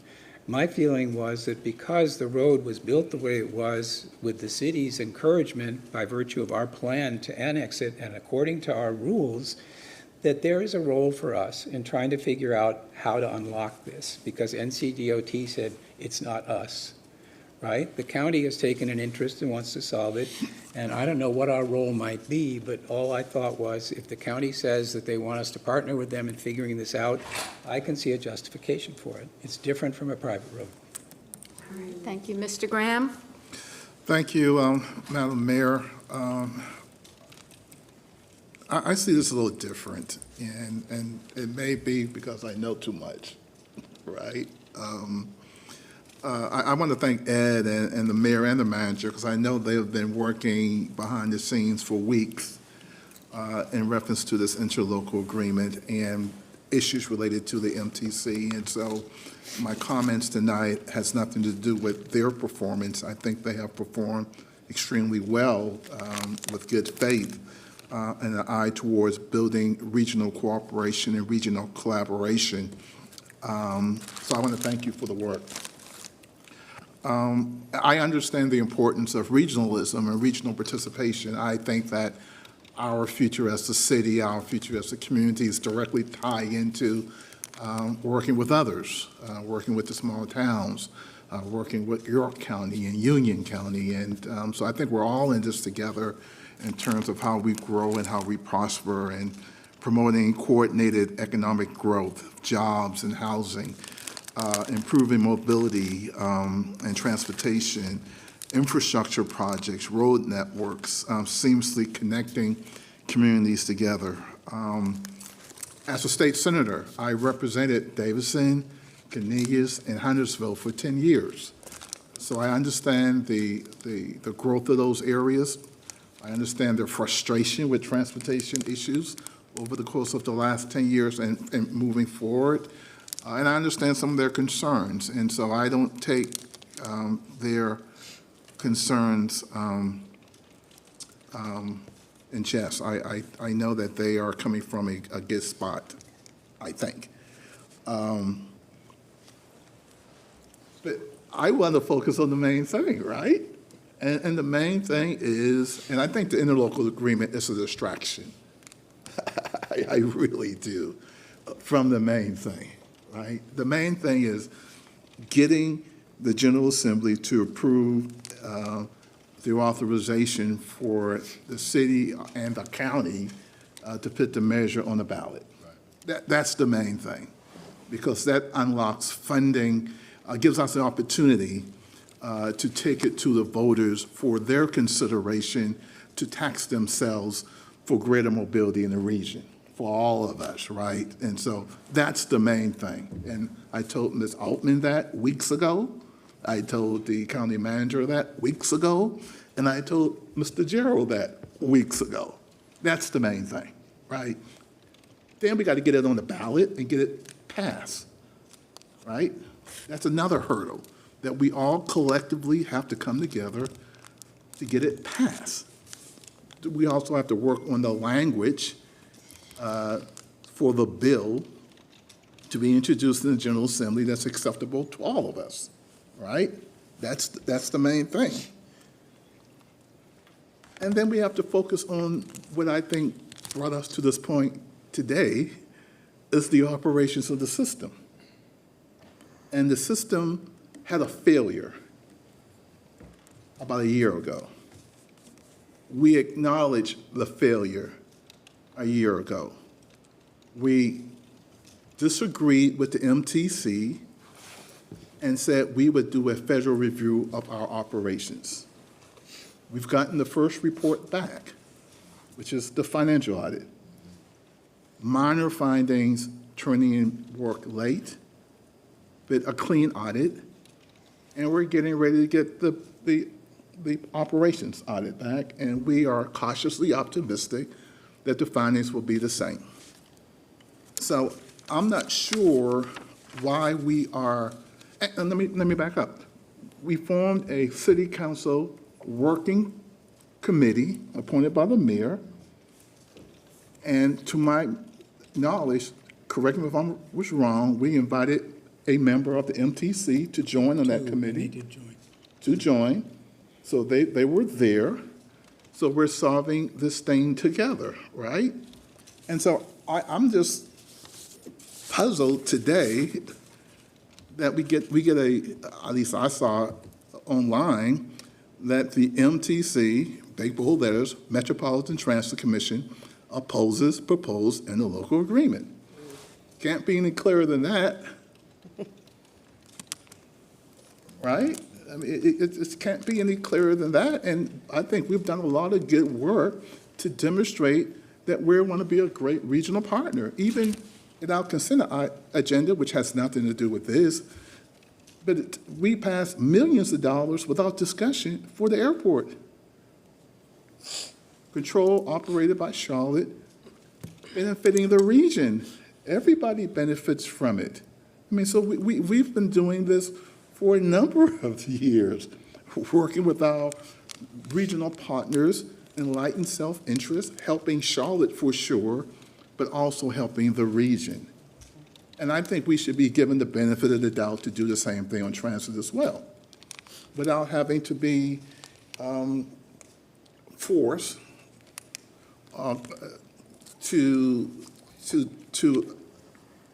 amend the agreement. And the reason why I said forced, because they hadn't passed their operating budget yet, the MTC, have they? Michael? Tomorrow. That's not. They're going to vote on it tomorrow. It's on the agenda for tomorrow. Yeah, after we vote tonight. Correct. So you can read between the lines on that one. I don't think that's right. I don't think that builds a foundation for regional cooperation.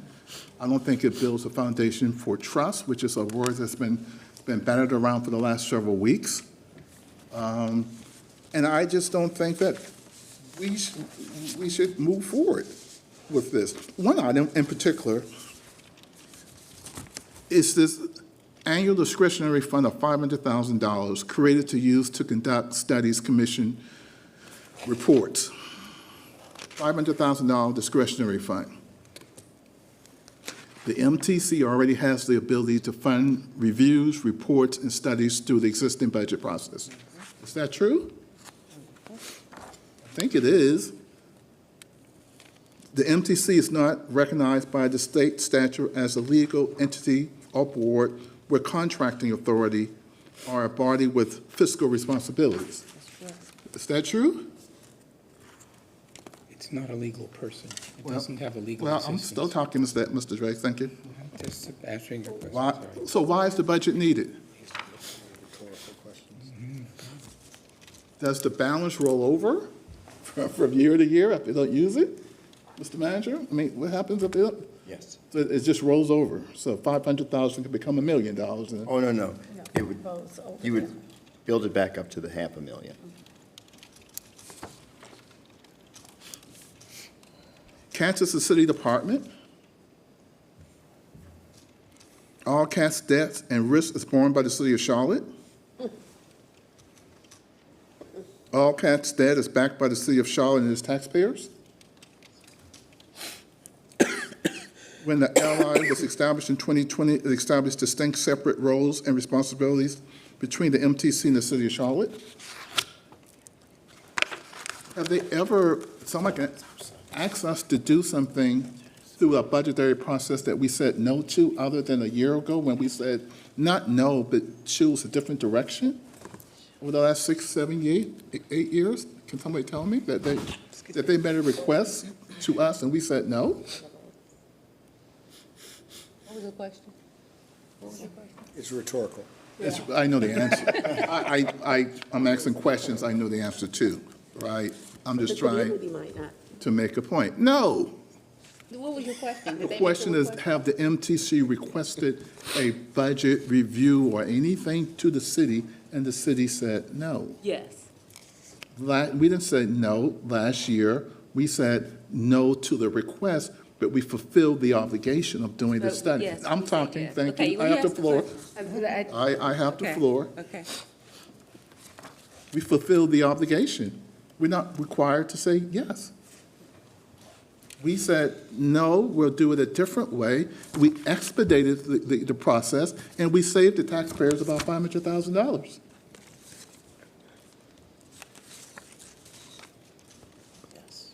Yes.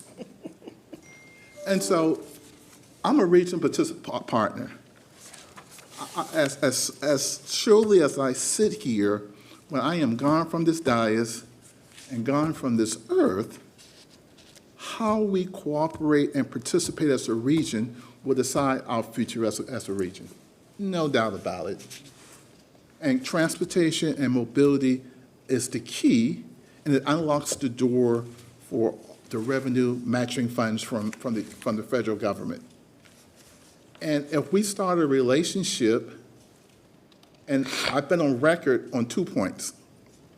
One, we should have consolidated back in the 90s, and some of this confusion and under-the-table things that we're hearing that's not in this sanitized report that we got, right? Because this is really sanitized, right?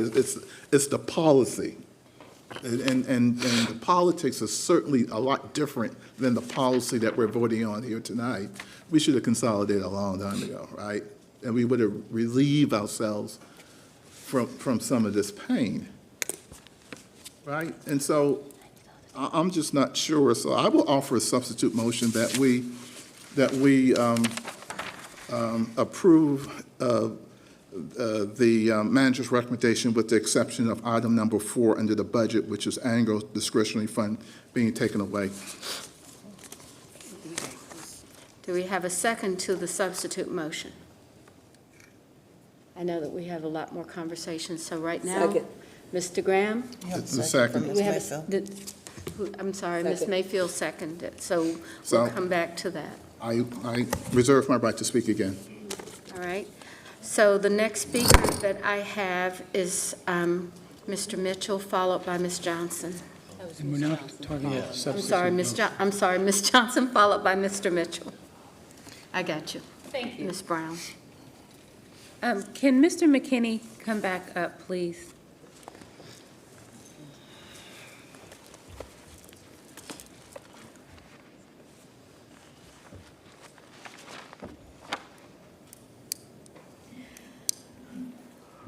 Thank you. Thank you. I just have a couple questions regarding the orphan/private roads.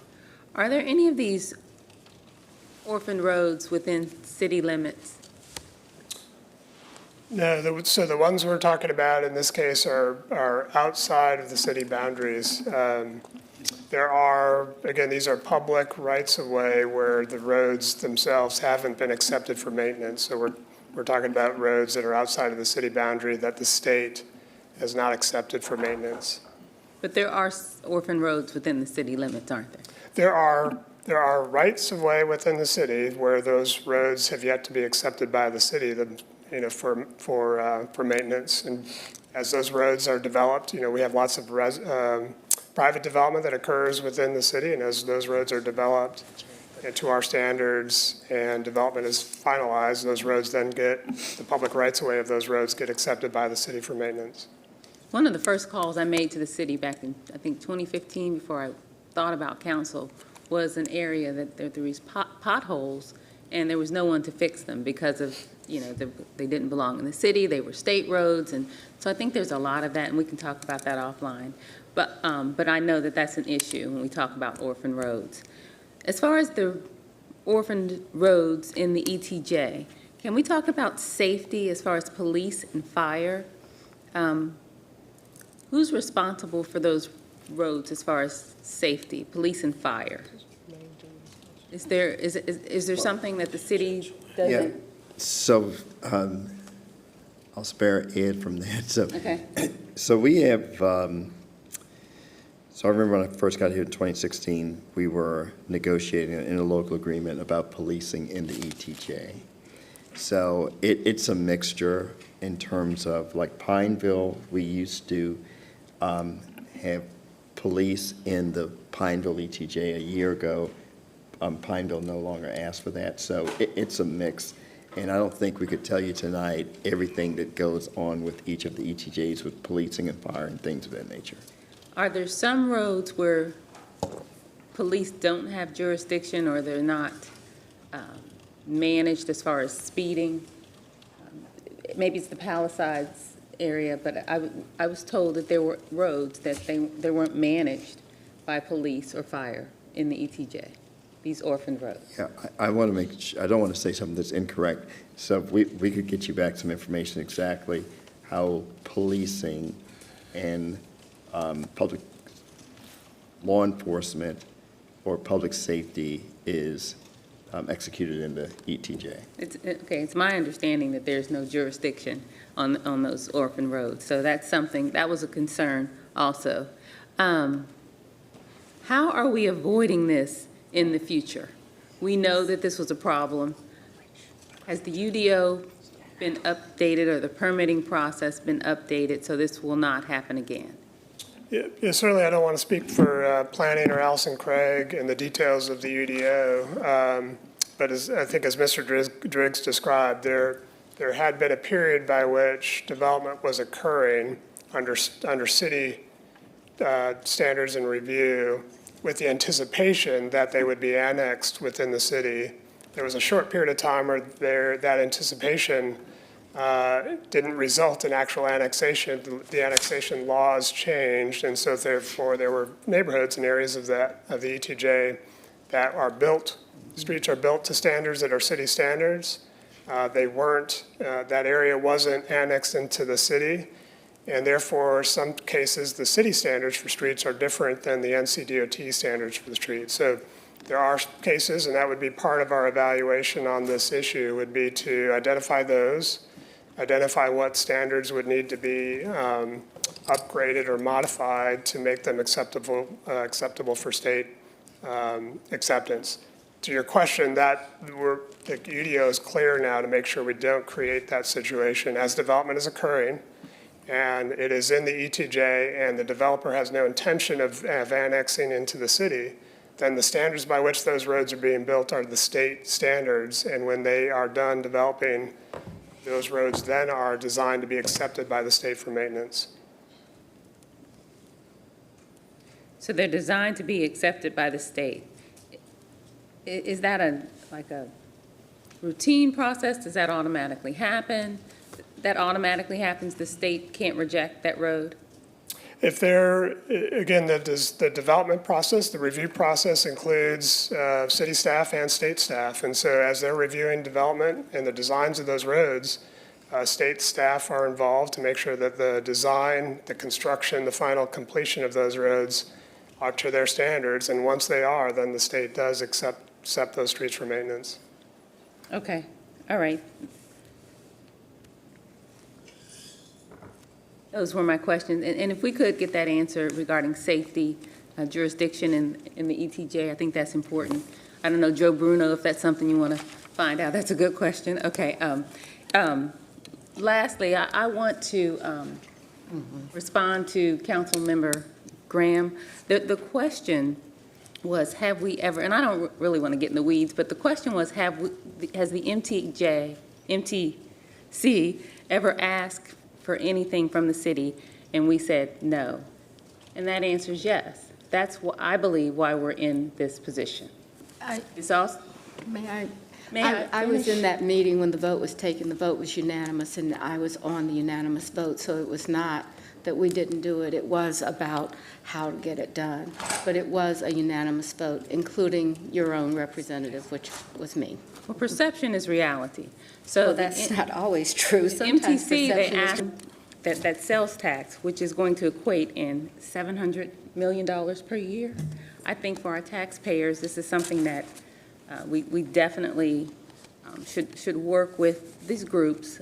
There's the other towns, the other city managers, and again, perception's reality. So I think this is an opportunity for the city of Charlotte to work with them and not be perceived as steamrolling or bulldozing our way into the agreement.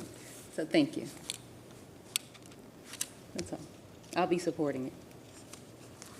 All right, Ms. Be fair in saying that the mayor chose, I don't know the correct name, a small group or committee. What's the correct name for it? Working group. Working group. Working group. Working group that consisted of Councilmember Mr. Mitchell, Mayor Pro Tem Anderson, and Mr. Driggs. And I'm almost sure that they took a lot of time to work and research through this agreement, the CATS Transit Governance Interlocal Agreement Amendment. And I listened to Mr. Graham and his concerns and his detailed explanation. He said that he know too much, maybe I don't know enough.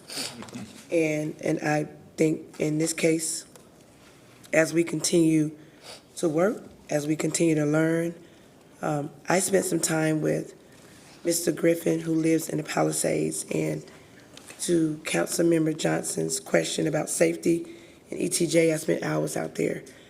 And there are different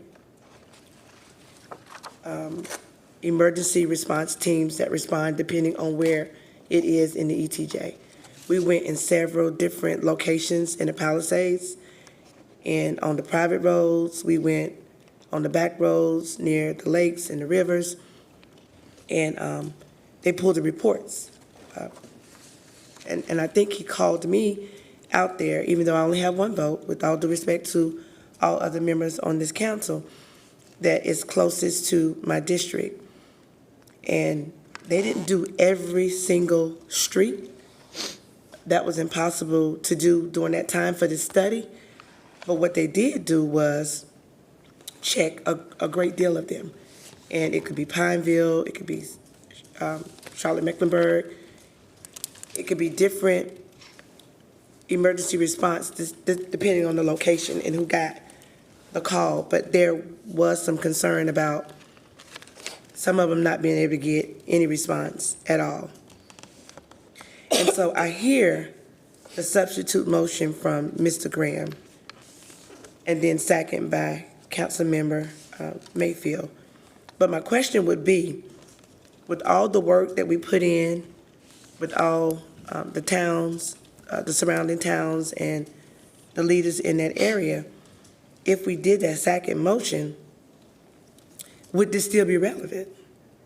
Because this was done with the new annual discretionary fund of $500,000. Am I correct? And so if we do a second motion, would this interrupt the local agreement that we've been working on? I'm just asking a question, and don't necessarily require an answer. Maybe somebody can take notes and answer. Well, now, I think, Ms. Brown, that Mr.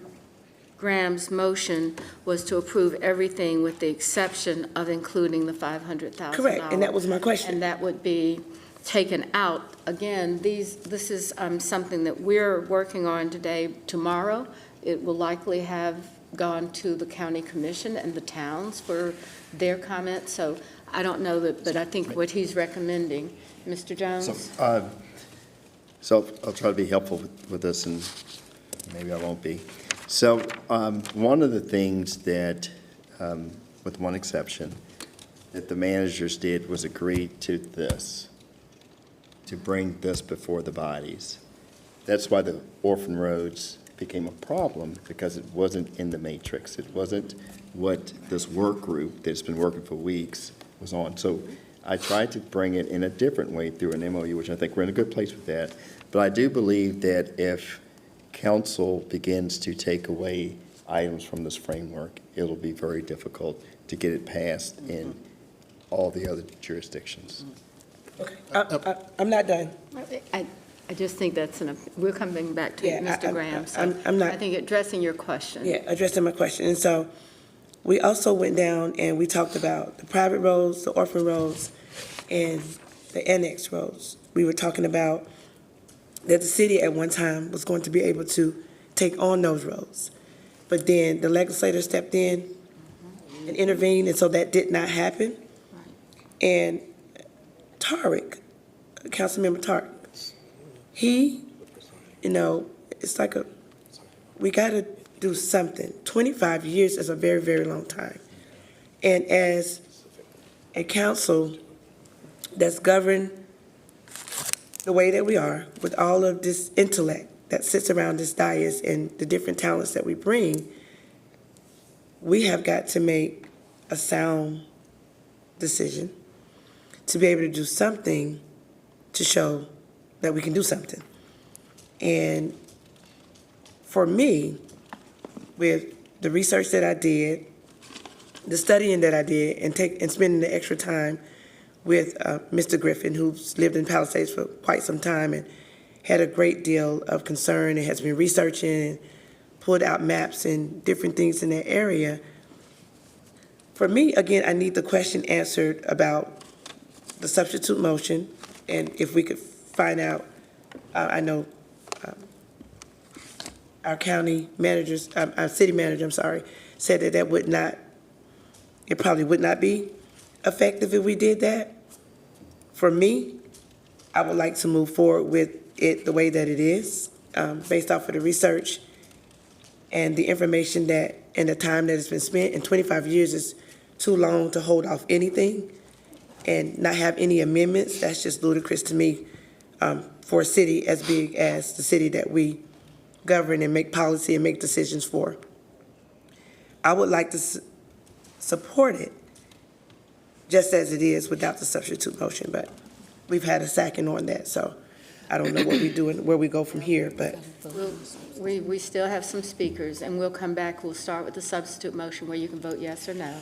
And then we'll go to the original motion But before where we. you can vote yes or Okay, no. but before we do that, I had wrote down something else. I know Mr. Graham also said that we should have done something a long time ago, but we didn't do it a long time ago, and so now the time is here for us to be able to do something collectively as a governing body, members of this council, to be able to do something that would show our constituents that we're trying to get something done collectively, and I'll be interested to see what that is today. That vote will tell us, won't it? So thank you, Ms. Brown. All right, our next speaker is Mr. Mitchell. Thank you, Mayor and Council, and let me just share with you kind of my experience, because I think they say we're all a byproduct of our experiences. So 2015, Michael Smith and Mayor Roberts took about 8 of us to Denver, Colorado, and we witnessed a true regional transit partnership. And it was something I was excited about. I think we all left that meeting hoping one day that Charlotte could duplicate the model in Denver, when you had surrounding towns with a large, big city, all have one common goal. How do we move our citizens, and how do we move them on the public transit system? So tonight, I want to thank, we made him our honorary chairman of the work group, Councilman Driggs, for all his heavy lifting dealing with Mayor Pro Tem and I, and to the city manager. This was a very complicated relationship building process that the city staff endured. $345 million, as Councilmember Johnson mentioned. So I kept my eye focused on the prize. And the big prize is our transit system. We talk about Charlotte growing to be 1 million people in almost less than 7 years. And the question, if you listen to our citizens, they say, we don't want to be like Atlanta. And so the question for this council, we need to be proactive, looked upon as a partner, and we need to make sure that we are progressing the right way, that the quality of life does not become a hindrance because of our growth. And so tonight, I'm excited to finally, since 2015, I get to vote on what I think is the beginning of a regional transit system. When you do the federal match to Councilman Johnson, you're talking about $700 million. Per year, right? $700 million. And so to the citizens out there, at least speaking for this council member, I hear you loud and clear about our transportation needs. I hear you loud and clear we need to be proactive. I hear you loud and clear. We need to be a partner in this region. And so tonight, that's why I'm voting for, to be a partner and to address our transit system going forward. Thank you, Mayor. Thank you. Mayor Pro Tem? Thank you, Madam Mayor, and really appreciate the comments of all my colleagues around the dais. You know, City Manager, I was thinking about the budget of your proposed budget, and the subtitle of it is Advancing Opportunity for All. And when we think of Charlotte as a regional partner and player and everyone within the ecosystem, we really live and breathe that as a community. Mr. Graham brought up the airport and the importance of the airport as to the region, but we also can think about Charlotte Water and their water treatment and wastewater treatment facilities and how they serve the region. And so I think we always come to the table as an honest broker to partner with the towns in Mecklenburg County. And this is just yet another example of it. We have worked tirelessly for months, and I want to thank the city manager for all of the work that he has done. Yes, we've had a working group, and Mr. Driggs has been our honorary chair, but for all the work that we've done, the city manager has done 5X of that, right? And so there has been no bulldozing or bullying at all in this process. There has only been collaboration and thinking about how do we want to be good stewards and partners for the entire region. So I just want to make sure we preference everything that we say tonight with that. The city manager has worked effortlessly to come up with this interlocal agreement, and there was agreement across the towns, including Charlotte and Mecklenburg County, that this agreement that sits before us in its current state would be put forward as a vote, right? And then something occurred at the very last minute to try to impact that and modify what we already had an understanding on. And so I think the approach, city manager, of thinking about an MOU and thinking about how can we, yet again, sit at the table to help assist and partner from a regional perspective, these quote-unquote orphan roads, or as Ms. Mayfield said, private roads, but being a partner in that solution. But I also just want us to think about the importance of our transportation system being the second fastest growing city in the United States of America, and thinking about the economic ecosystem that the city of Charlotte and we as the board of directors for the city have a responsibility to nurture is critically important. And a reliable, multi-pronged, multimodal transportation system is a clear, important pillar of how we build and grow as a city. So as the mayor mentioned, you know, someone in the city not being able to take a job or show up reliably because we don't have reliable public transportation. So I never want us to be in a position where we're playing politics or games with our residents' livelihoods and not allowing others to do the same. And so I support the interlocal agreement that we have in front of us. I do think it is one of many steps. So it's just one step that we have, but there's several more to go. But we have to ensure that we are not allowing anyone to play or to introduce politics to the livelihoods of the residents of the city of Charlotte, the county, and the entire region. Thank you, Madam Mayor. Thank you. So we have a substitute motion made by Mr. Graham that we approve all of the items under explanation with the exception of the new annual discretionary fund of $500,000 with the Metropolitan Transit Commission which would be used to fund studies and commission reports related to the Charlotte area transit system. So Mr. Graham wanted to be recognized. It's the second time, Madam Mayor. Thank you very much. And again, I made the substitute motion with the caveat that the MTC already has the ability to fund, review reports and studies through the existing budget process. They can do it right now. They don't need $500,000. The MTC is not recognized by state statute as a legal entity or with contracting authority, so they can't even enter into a contract, even if they wanted to do a review or a study. And so I think it's just redundant in it, and so that's why I would respectfully ask that you would consider the substitute motion. And lastly, listen, I understand regional collaboration and cooperation. I understand what's at stake. But I understand that we need honest brokers on every side, right? We need honest brokers. This is easy, right? We hadn't even started talking about the authority, right? And that's the hard stuff, right? And if we're, because I can't get beyond what I'm reading. Metropolitan Transit Commission opposes proposed interlocal agreement. It can't be any clearer than that. Well, they're accepting it. I'm speaking. They're accepting it. Thank you. Facts are facts. I'm speaking. I can't get beyond that.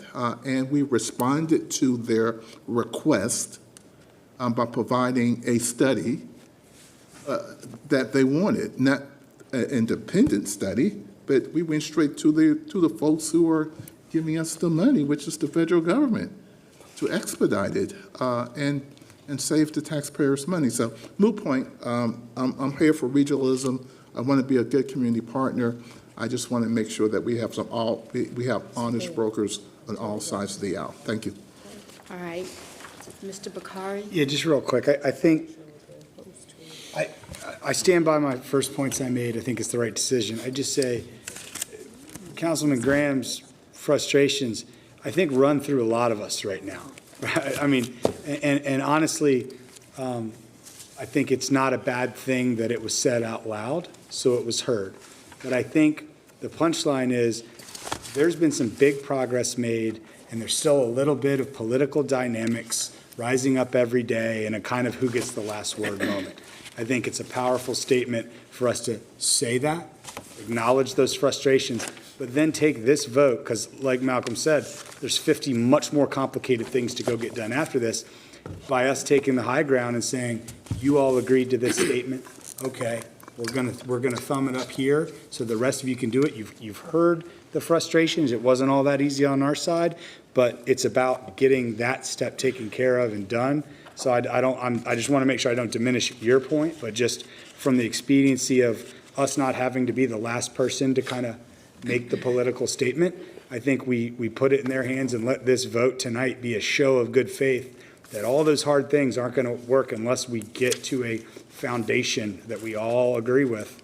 And so I think we all can win on that front. All right. Mr. Jones and then Ms.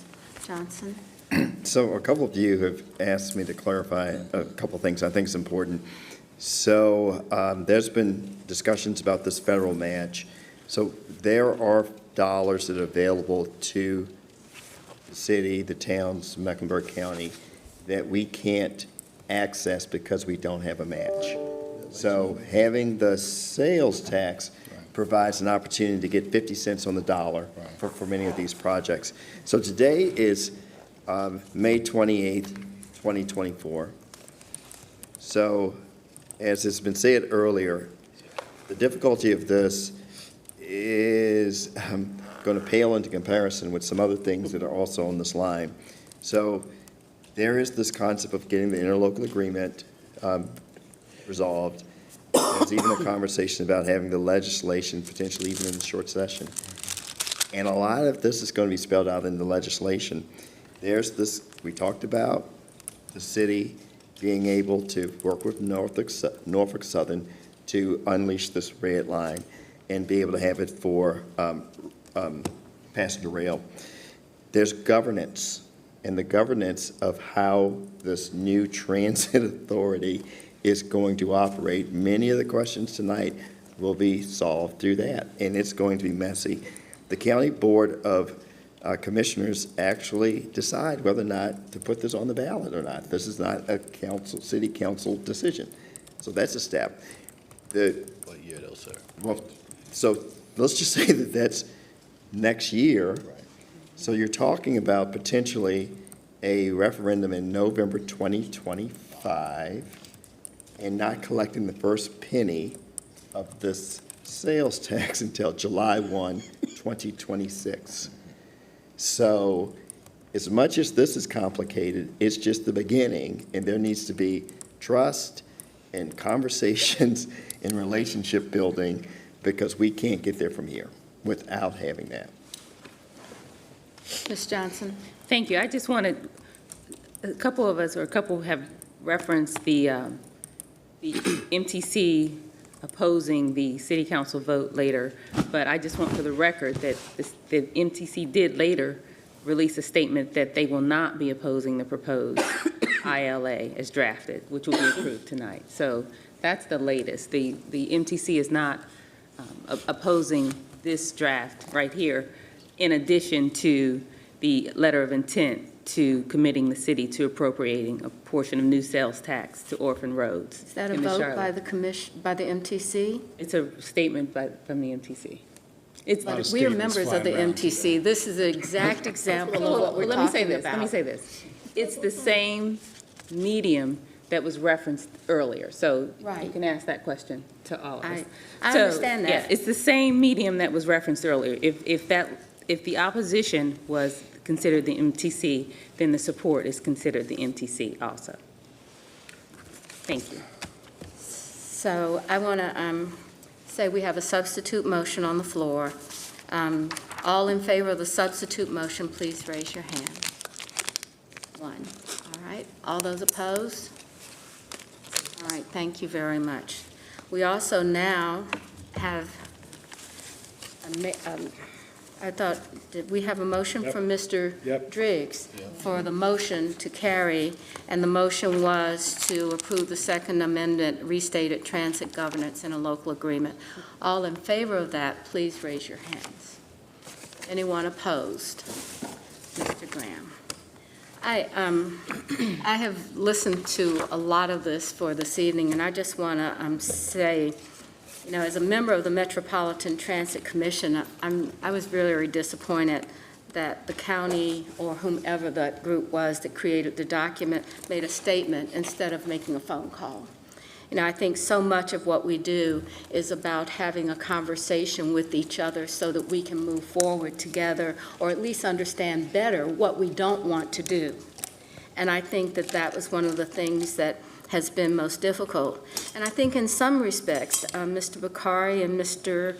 Graham are right. Maybe as we're going through this, we really need to determine who's going to represent our position as a council to get this done. Because I often think we get representation that's not representative of what we are trying to achieve. But I also believe that the city of Charlotte has worked so hard in so many ways, from where we have agreed on police consolidation, where we agreed on parks and rec consolidation. All of these things we need to figure out what are going to be our guiding principles to get this done. How do we improve what we're doing, and how do we have a statement that is consistent for this council? So I am really thinking about how do we include our values, how do we include the values that we're going to have to achieve with NCDOT as well as other members of the MTC. I think we're all wanting to create the opportunity for upward mobility and moving our community forward. But one, it requires us to come together, which is really different when we start out with divisiveness.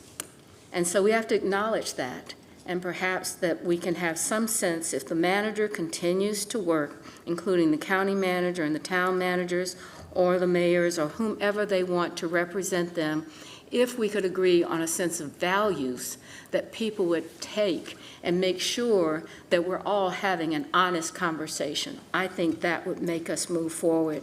But we also have to recognize there's a sense of urgency. You know, this isn't something that we'll be able to say, oh, we did it 3 years after that the federal funds were going to be there. We've got to make a decision whether or not we want to step up and how we're going to step up. So, Mr. Jones, so I guess this is like one of those things that you're going to have to help us create as you meet with the managers of the other towns. How do we actually talk about values instead of talking about these kinds of agreements that seem to get in the way of something even better? So with that, I hope that and I appreciate the support and the thoughtfulness that's been done and had around this dais tonight. Mr. Driggs, and we're going to close this up. Oh, I'll just bring it down. I just wanted to mention, when I became the chair of transportation and I got more involved with the MTC, I was surprised to discover how much dissatisfaction there was. And I didn't really understand it, and I think probably all of us are a little puzzled at how we are perceived here. I hope tonight with this vote that we have demonstrated a desire to move ahead, to work together. I hope we can take other steps to improve the communication and be able to cooperate in a better atmosphere than we've had during this. So thank you very much. I think our vote tonight says a lot. I hope people appreciate that. All right. Ms. Johnson? Yes, thank you. I think what might help if the city manager meetings are maybe in public and televised, or the managers' meetings with the other town managers, because, you know, when you say you didn't there was no phone call made, it's my understanding there was a phone calls made prior to the public release. So I think that we could seek or have more transparency if these meetings were public, so that all of us can see what was said, and I think it would avoid this in the future. Thank you. I appreciate that, Ms. Johnson, and perhaps it wasn't, but I am a member of the commission, and it would have been nice for me to have seen or had a conversation as a member of the commission that I would have been able to represent to all of you. So with that, do we have a motion to adjourn? Second. All right, let's do that. Thank you.